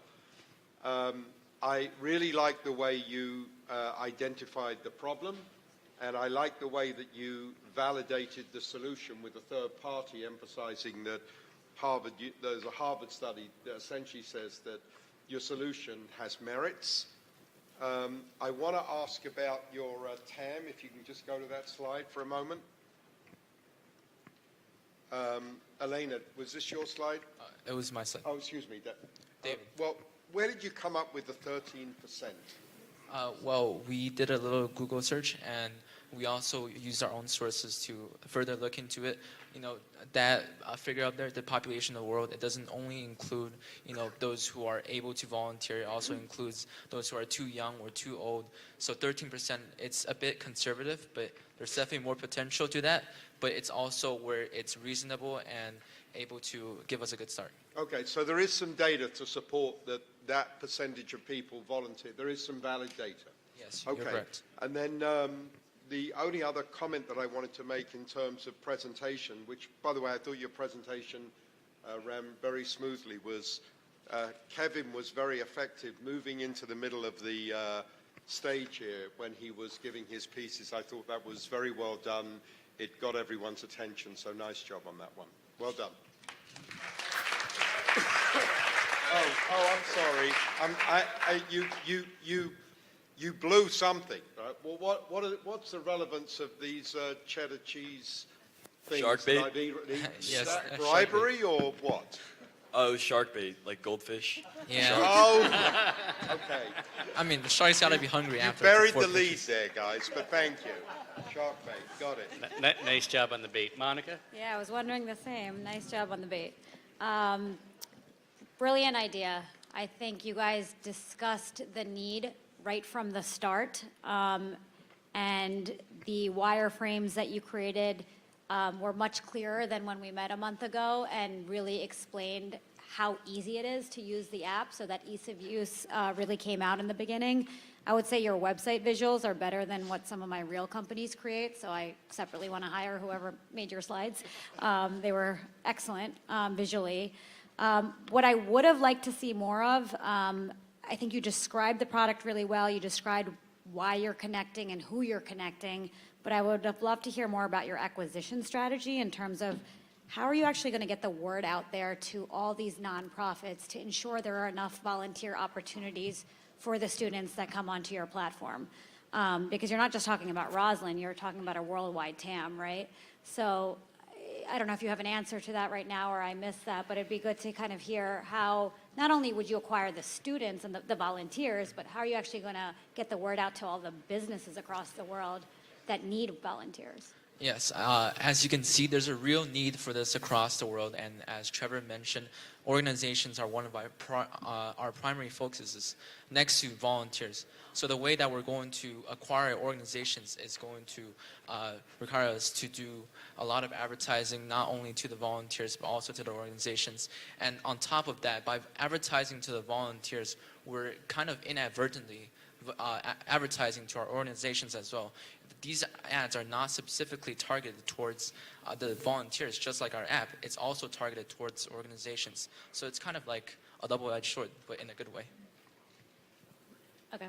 Well, thank you for that. And I echo what Mark said. You guys will do good. You know, we will do well by doing good. So great job. Natalie, go ahead. So just today, I was picking up my kids, and we have 5 hours left that we need to fill for the end of the year. And there's one opportunity at the JCC at 10 o'clock in the morning on Sunday, of which he cannot attend. And so, again, the need for this is real. I get that as a mom. I'm sure everybody else, you know, doesn't matter the demographic, you know, young or old, has a need for this, especially the high school kids that need to fill this kind of requirement. Your presentation is outstanding. Your idea was outstanding. And I really think that the wireframes really brought it home and showing exactly what it is, exactly how to use it, and you know, how easy it is to see it through. I do have one question for you. Have you thought about, actually my brother-in-law is the one who brought this to my attention when I was discussing it with him. Have you thought about the donation component for yourselves as a business in the spirit of your business?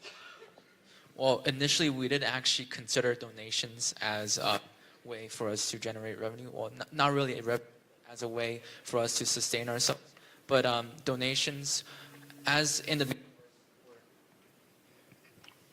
Before you answer, let me clarify. I mean, from your profits, being able to give back in some way. Yeah, so we've considered both receiving and giving donations, and on the receiving end, we've considered that, but as a small startup, we're going to try to build a name for ourselves first, and as for giving back, we're already kind of giving back by providing the platform for volunteers, but we'll definitely be hosting our own events, which will be promoting our product to everyone.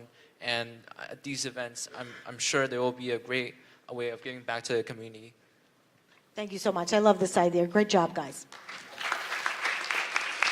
Michael, go ahead.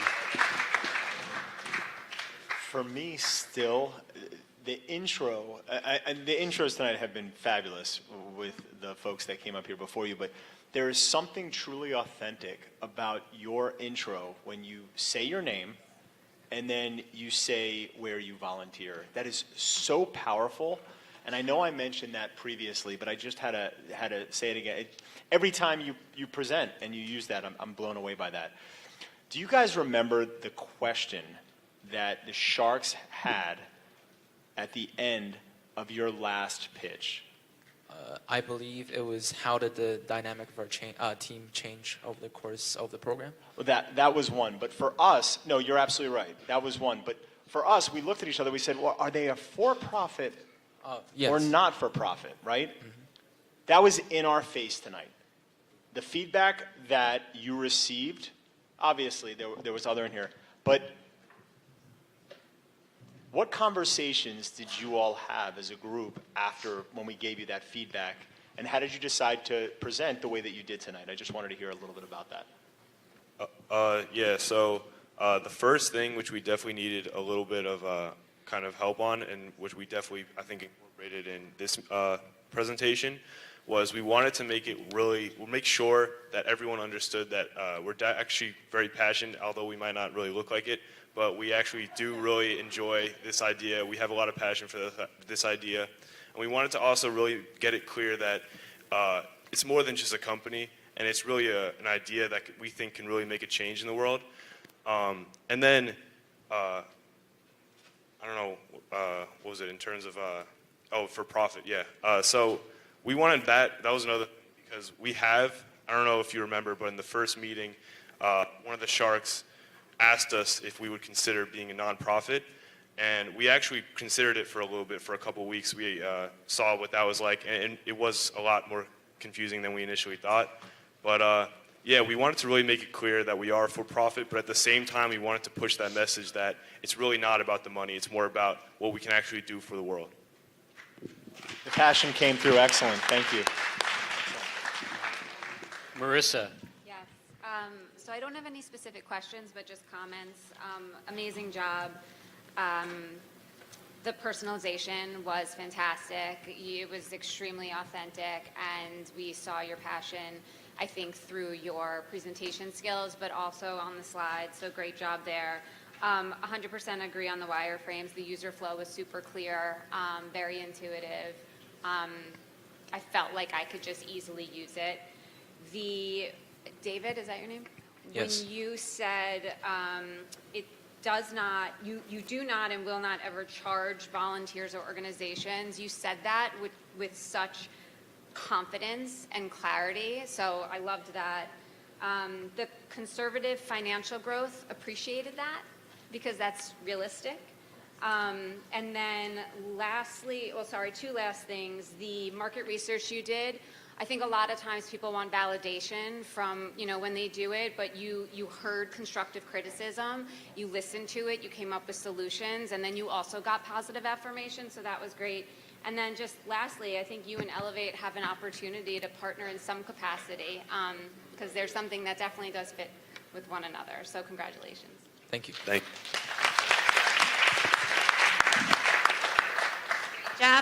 Great job, Selfless. Come on down.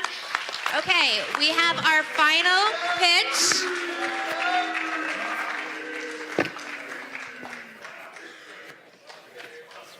You buried the lead on this, though. Okay, our last pitch of the night. The people's choice, who had no idea if they were pitching tonight or not, so we have to give them extra love. Take it away, Cream.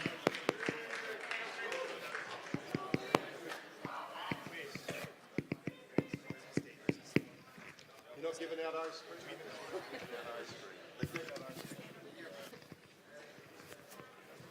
Hey Sharks, we are Cream.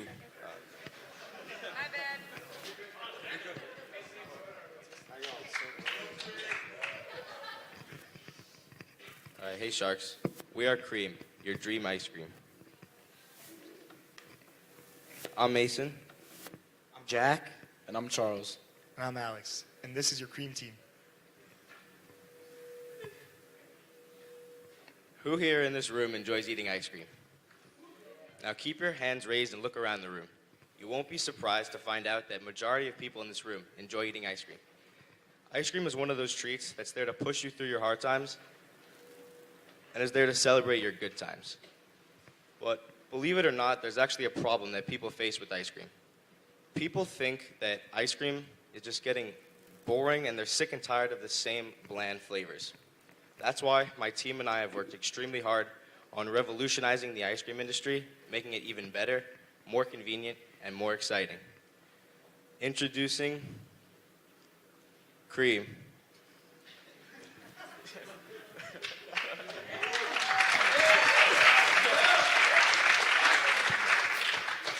Introducing Cream, your dream ice cream.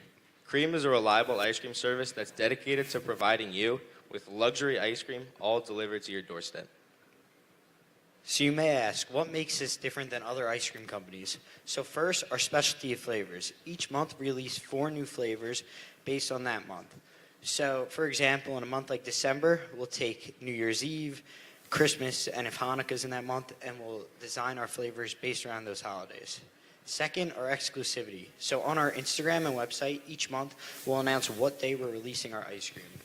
Based on this date, once you go to our website to buy our ice cream, we're going to cap the amount of sales. That way we create demand for our product and people come back month after month to buy our ice cream. Third, our ice cream is homemade with organic ingredients, and we deliver ice cream unlike many other services. So these are some of the flavors that we've already tested and made. Sharks, you guys have already tried s'mores, Cinnabon, and vanilla cherry chip, and I'm sure you guys can vouch for us that the ice cream is actually good.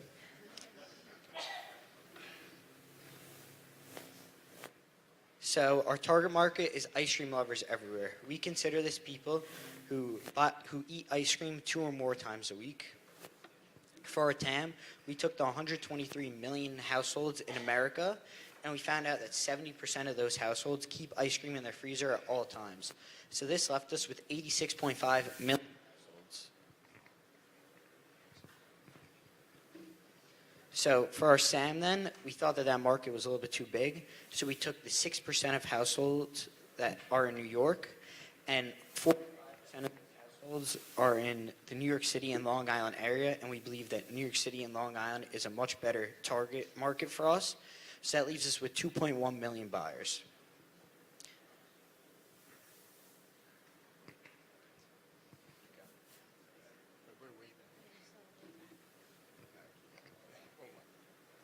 So Sharks, we took your advice from our last pitch, and we got rid of just explaining to you our different competitors, and instead we went with an axis of price and unique experience. Unique experience is the variety of flavor that a company has and the actual experience you get when you're eating it.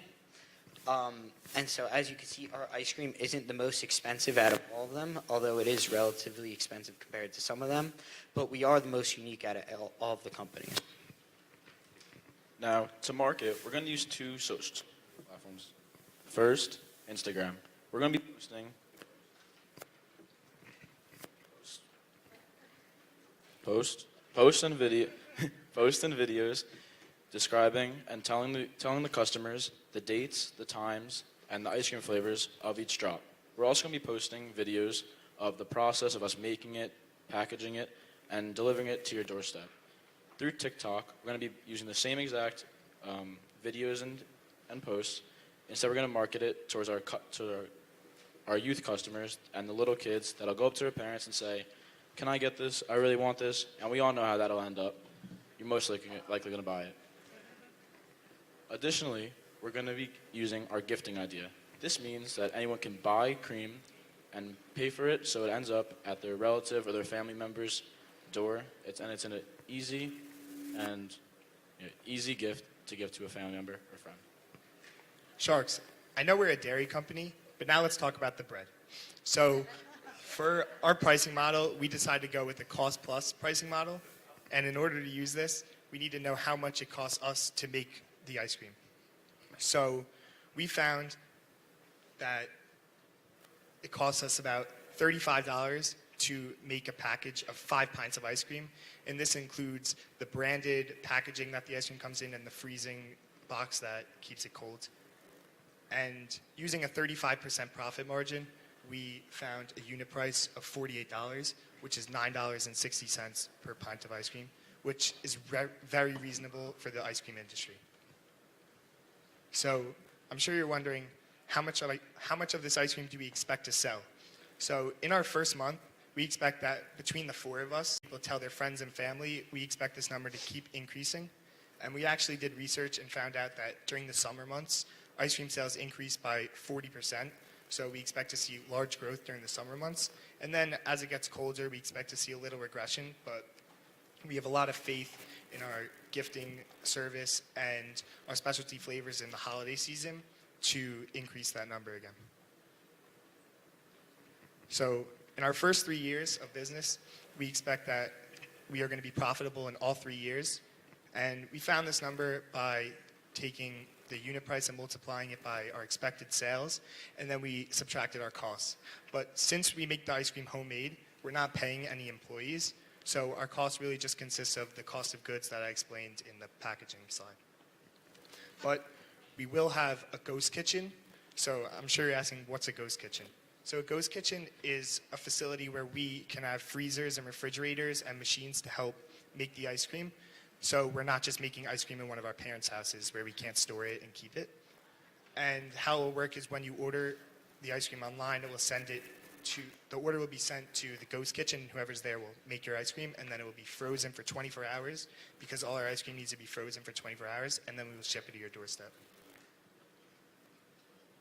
Now, since we are a slightly more luxurious ice cream company, we thought that what better place to sell our ice cream than the Hamptons. So in future summers, we're going to be investing in our own cream carts that we're going to have driving around from Montauk and all the way back down to West Hampton Beach. And these cream carts are going to be selling our ice cream in pints to the residents of the Hamptons. Now, to validate that people will actually buy our ice cream, we asked 4 questions. First, do you like our ice cream flavors? Now we show people the list that we showed you a couple slides ago in the beginning, and 96% of people said that they either liked or loved our ice cream flavors. The second question we asked was, what is the importance of new flavors? Now, just under 75% of people said that it was either important or extremely important to change the flavors each month. This validates that we're going to change the flavors each month to create that exclusivity that lots of people like. The third question we asked was, what is a fair price for the ice cream for 5 pints? Now, just over 50% of people said that over $50 was a fair price. And around 30% of people said that $40 to $50 they were also willing to pay. This justifies our price for 5 pints at just under $50. The last and final question we asked was, what pricing structure would you feel comfortable with buying cream? Now, just over 50% of people said that they would be okay paying or buying it in a one-time purchase. Now, you may ask, that's not too good, only one time. But we asked a follow-up question. Almost every single person that said they would only buy it for one time said they were just trying to test out the waters and see if they really liked it. And then if they liked it, they would come back to us and buy more. So make sure to follow us, .rhs.inc on Instagram, and if you have any questions or comments, please email us or go to our website. And thank you to our mentors, Brooke and Fred, and thank you, Mrs. DiPietro, for helping us along the way. Awesome job.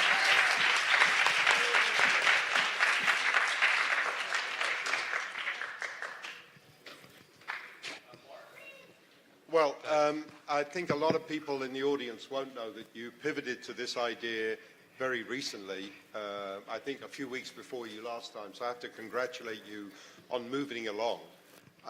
The preface to my question is that I don't think any of the sharks are going to argue about your solution, but I'd like you to, any one of you or all of you, to convince me that this is a problem. Why is this a problem? Are people walking around literally saying, I've got a serious issue with ice cream? Well, what we've learned is when we were trying to find this idea and when we were kind of in a hard place after the MVP pitch, we realized that there was something called My Cookie Dealer.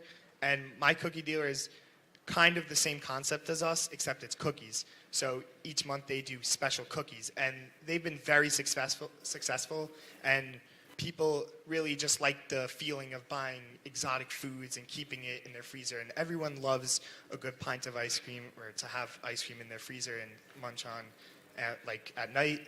So we really think that people, especially if they love it, because we really think it's very good ice cream, we think that people will be more than happy to buy it. Any other comments on that question?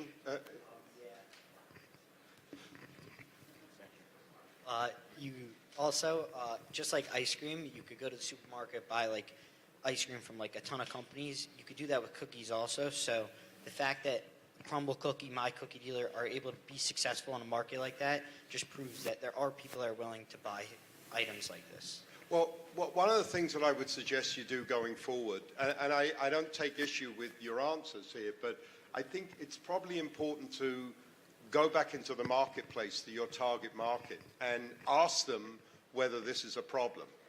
Everyone is going to love the solution, but you literally, and one of the ways of validating that, yes, you're right, you did some analysis on what people would prefer, but you have to be really careful to make sure that this is a serious problem and one that people are trying to solve. If your data suggests it is, then you've got the solution, but I have to question that issue. Otherwise, I thought it was an excellent pivot. You sounded a lot more polished than you did when you had just pivoted a few weeks before you saw you last, so I want to congratulate you on that. Thank you.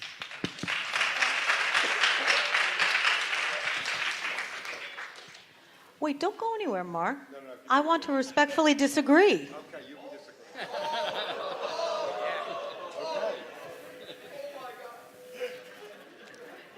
I have written here, ice cream is a problem. Ice cream is a problem. The reason I say that is because you made a distinct emotional connection to ice cream. And how people connect to it and why they connect to it and what ice cream really means to them. It's more than just ice cream. It's more than just food, right? It represents a lot more than that. And I think you did that well, so I respectfully disagree. And I thought you did a great job doing it. Thank you very much. I did right. Michael, go ahead. So, I still can't get over the whole pivot, but when you guys last pitched, my question to you was, why ice cream? Right? How did you guys pivot from what you were doing to deciding to go with ice cream?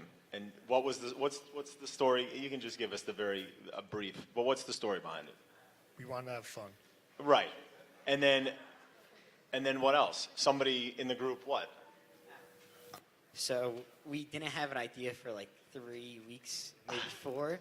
And so it got to the point where we weren't even thinking of ideas. We were just like talking because we didn't know what to do really.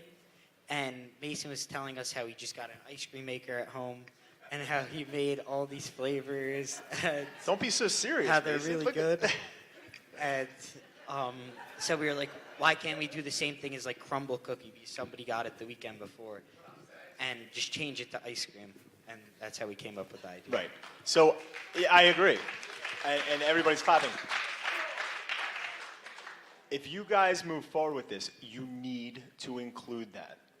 That is, and I listen, I agree with what was just said before me. The reality is you make the emotional connection. No one's listen, the amount of money I have wasted at my cookie dealer, where then I put the cookies in my freezer because they said you could, but then I throw them out because they're hockey pucks 6 months, and then I get more because they come out with a new drop and it's like an in thing on Instagram. I'm just saying it's real. I love the idea with going out east with the cart. I think there's a lot here. So my question for you is, from 3 weeks ago, what have you learned as you continue to go through this process?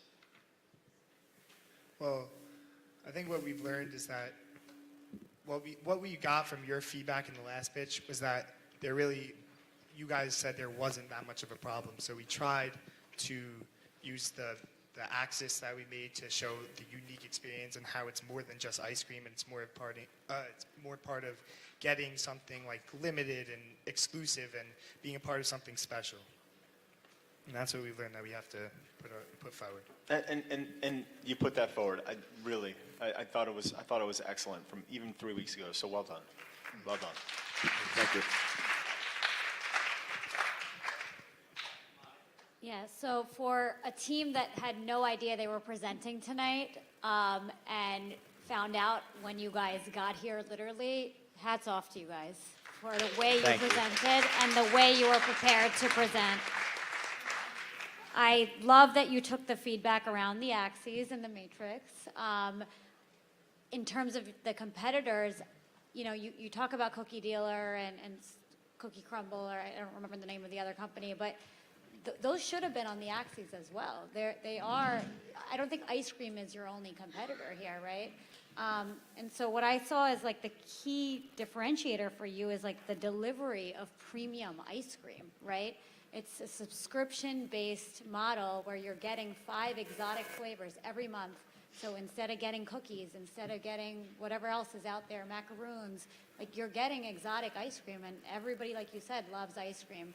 So I would have liked to see that come out a little bit more, the fact that you guys are this delivery service. Like you don't have to go to the grocery store and pick it up. Like these flavors are gonna get dropped to your door, so that aspect of convenience, definitely highlight that next time, because that's a big selling point. I love the expansion strategy. Again, you guys took that into account. We had a question around, you're not gonna be doing this in your mother's kitchen for the rest of your life, so you guys addressed that. And you know, the cream cart idea as well is a great expansion idea, and what a better place to start that than the Hamptons. The only other comment I would have for you is just thinking about your financials. Most companies are not profitable in the first year because they also choose not to be. They choose to reinvest in the business, reinvest in marketing. So I would just think about, you know, the costs as you guys scale as well, and rent out a ghost kitchen or whatever it is. That cost is going to increase. So, you know, think about whether it's feasible to be profitable in the first year for a startup business like this. But overall, I think you guys, you know, for not knowing you were presenting and getting up there, you really brought it home. So, great job. Thank you. Marissa, go ahead. Yes, so I echo Monica. Congratulations on People's Choice Award. So the only thing that I wanted to add, just from a revenue growth perspective, the subscription model and the customer, you know, payment component of it makes a tremendous amount of sense. But as you think about growing, I would look into other revenue streams such as co-branding solutions. I immediately saw it when you showed the cream truck driving through the Hamptons, but like how can you hit up boutiques to do some co-branded flavors and experiential opportunities once you're users and you can identify their lifestyle and habits and a little bit more of the traits, then you can go and pitch as a sales team to brands, you know, to create that co-branding opportunity. So that's just something else to think about that can inspire the flavors and be another revenue stream.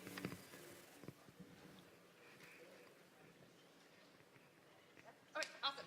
Great job. Cream, way to step up. Amazing, way to go. Awesome.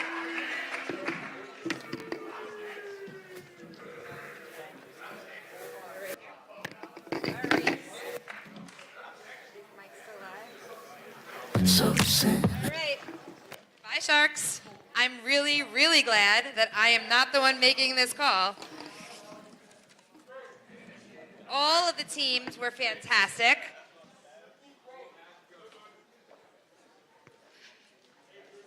Do we know where we're going? All right, great. Okay, so we want to make sure we take some time to honor the other teams that were not on the stage today. So let's go for each one. College Concierge. Easy Gifts. Fun and Done. And Forever Glow. Cook Look. I have to say that I am so proud of all of you, and you put so much work in this year. The transferable skills you've gained over this past year are things you not even know that you've learned. So along with the business vocabulary, the presenting skills, the communication skills, you have just evolved tremendously. So I'm so excited to have you. They make this look so easy to stand up here, but they've been working on this all year. Many of them come to Extra Help to practice. They have late night Zoom calls practicing for this pitch. There was a ton of work that went in to make this look so easy. So great job, guys. So take more applause, it's fine. So I'd love to welcome to the stage Mr. Mike Michal, who is going to talk about the Ignite Foundation for a few moments. Sorry, Dr. Michal. Thank you, Jen. That's bright. May 14, 2018, almost 5 years to the day. It was the day that Jason Garmise emailed me to tell me about this great idea of Incubator and what they're doing here in the high school. And I obviously said yes to his proposition. He wanted me to be involved. And I've been hooked ever since. I've been a mentor. I've been a shark. I come in every year, spend time with students in the classroom. I even convinced one of my children, Justin, to take the course. And these business concepts, year after year, they keep on getting better. And I will tell you this year, hands down, best presentations, best ideas I've seen ever since this program was created. And as these concepts and these businesses were being presented, us parents were sitting back here and we're saying, how could we reward these students and promote these ideas outside of the classroom, and how could we do it? And that's how the idea for the Ignite Foundation was formed. And before I get into the Ignite Foundation, it wouldn't be possible without the support of people like Ms. Murphy, Ms. Brown, Mr. Goldspiel, obviously Ms. DiPietro, Jason Garmize, and a very special thanks to John Morris of Morgan Lewis, parent in the community, for his legal help. You know, we couldn't put together a not-for-profit organization like this without him. So what is Ignite? Our objective is to raise money through charitable donations to do two things. Number one is to give awards and scholarships to the best and brightest students coming out of the incubator accelerator programs each and every year. We did this last year for the first time. We provided 2 scholarships, and this year we're going to do the same thing next week at Accelerator Pitch Night. The second thing that we're doing is we'd love to be able to provide non-recourse loans to student groups who are so bold and they want to make their ideas, actually their dreams, become a reality. It's not something that we've done yet, but we're very eager to do so. We recently kicked off a fundraising campaign really targeting parents involved with the incubator and accelerator programs. And thank you so much to all the parents who've provided such generous support so far. For those out there in the audience and on the webcast who are interested in making donations or even being involved in the Ignite Foundation in any way, please reach out to me, David Beck, who can't be here tonight, but he's the president of Ignite. You could email us at rhsignitefoundation@gmail.com. And we'd love to hear from all of you, or if you want to even just learn about what we're doing or share ideas, we'd love to hear about it. So thank you again. Enjoy the night, and students, good luck to all of you. Thank you.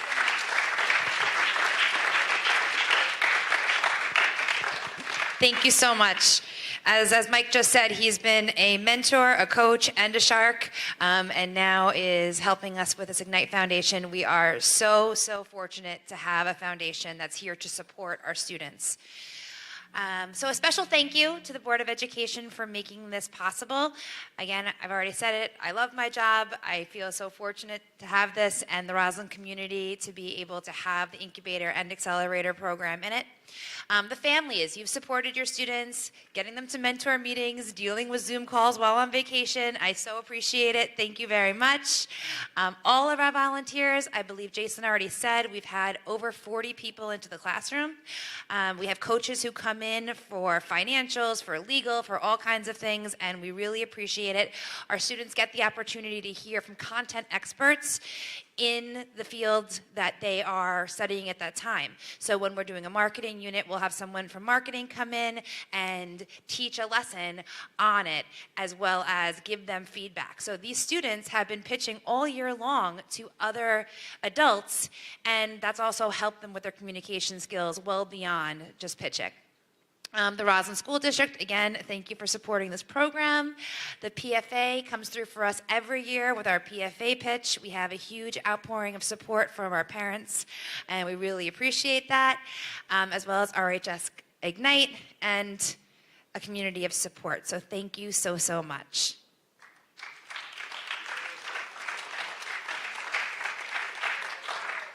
So one last time, we're so, so proud of you all. You've come so, so far, and you've put a ton of work in, and you've evolved as presenters, as business people, and as people in general. So we're going to wait a few minutes to hear from the Sharks. So I'm going to throw on some music. You can stand up and stretch your legs a little bit. Thanks for holding on for this long. They'll be back in a few minutes.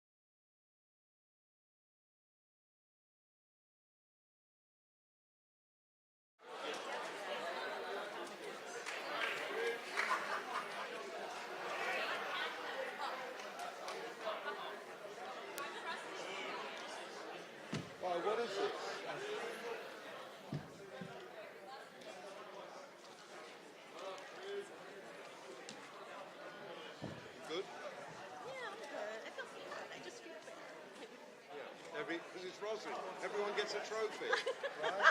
That should be our announcement. Everyone's won. And people in Roslyn will cheer. Oh, it's great. My kid won the Shark Tank. Are we closing now?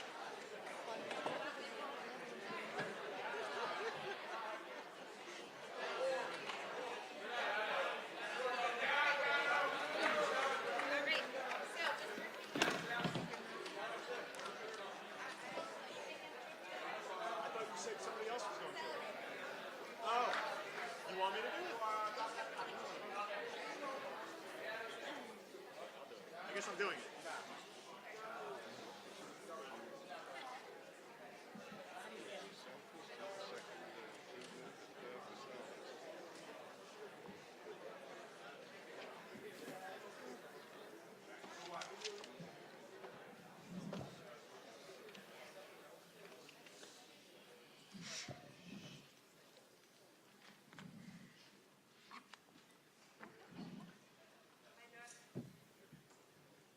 I'm getting critiqued by my daughter at home right now.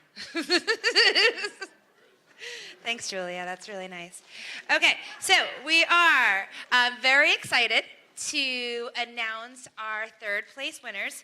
We are super, super proud of you all, and I'd like for you to come up here to get your third place prize, Style Wizard.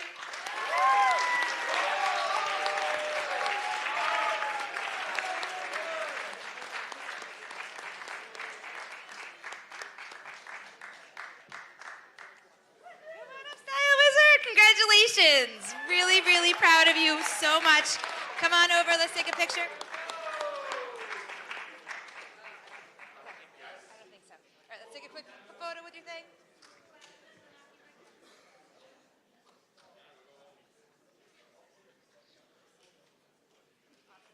Thank you guys, fantastic job. Stay over here. Oh, stay local. Back on stage. Move over. Okay, second place. Actually, can you put... I forgot my clicker. It happens. Next one. Second place. There we go. Second place goes to Food Mood.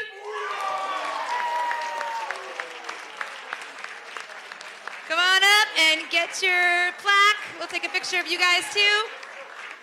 All right, I'm going to move you guys over. Walk over to that side of the screen. Food Mood, fantastic job. Way to come together this year.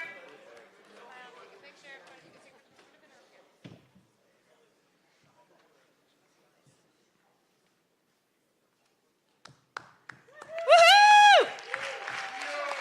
Awesome. I'm gonna have you come over here. All right, Milanakis, next. All right.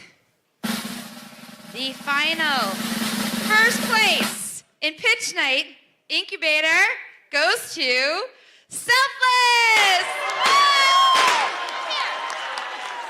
Milanakis, next, Milanakis. Woo, nice job! All I do is win, win, win, no matter what. Got money on my mind, I can never get enough.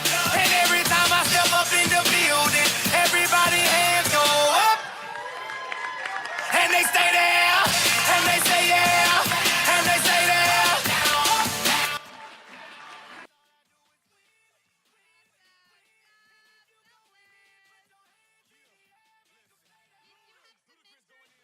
I never been defeated and I won't stop now. Keep your hands up, get them in the sky for the homies that ain't making it, my folks locked down. I never went nowhere. What they saying, loot is back. Blame it on that contour. The hood call it Ludiac. And I'm on this foolish track, so I spit my foolish flow. My hands go up and down, like strippers' booties go. My verses still be serving, tight like a million virgins. Last time on a college remix, now I'm on the original version. Can't never count me out, y'all better count me in.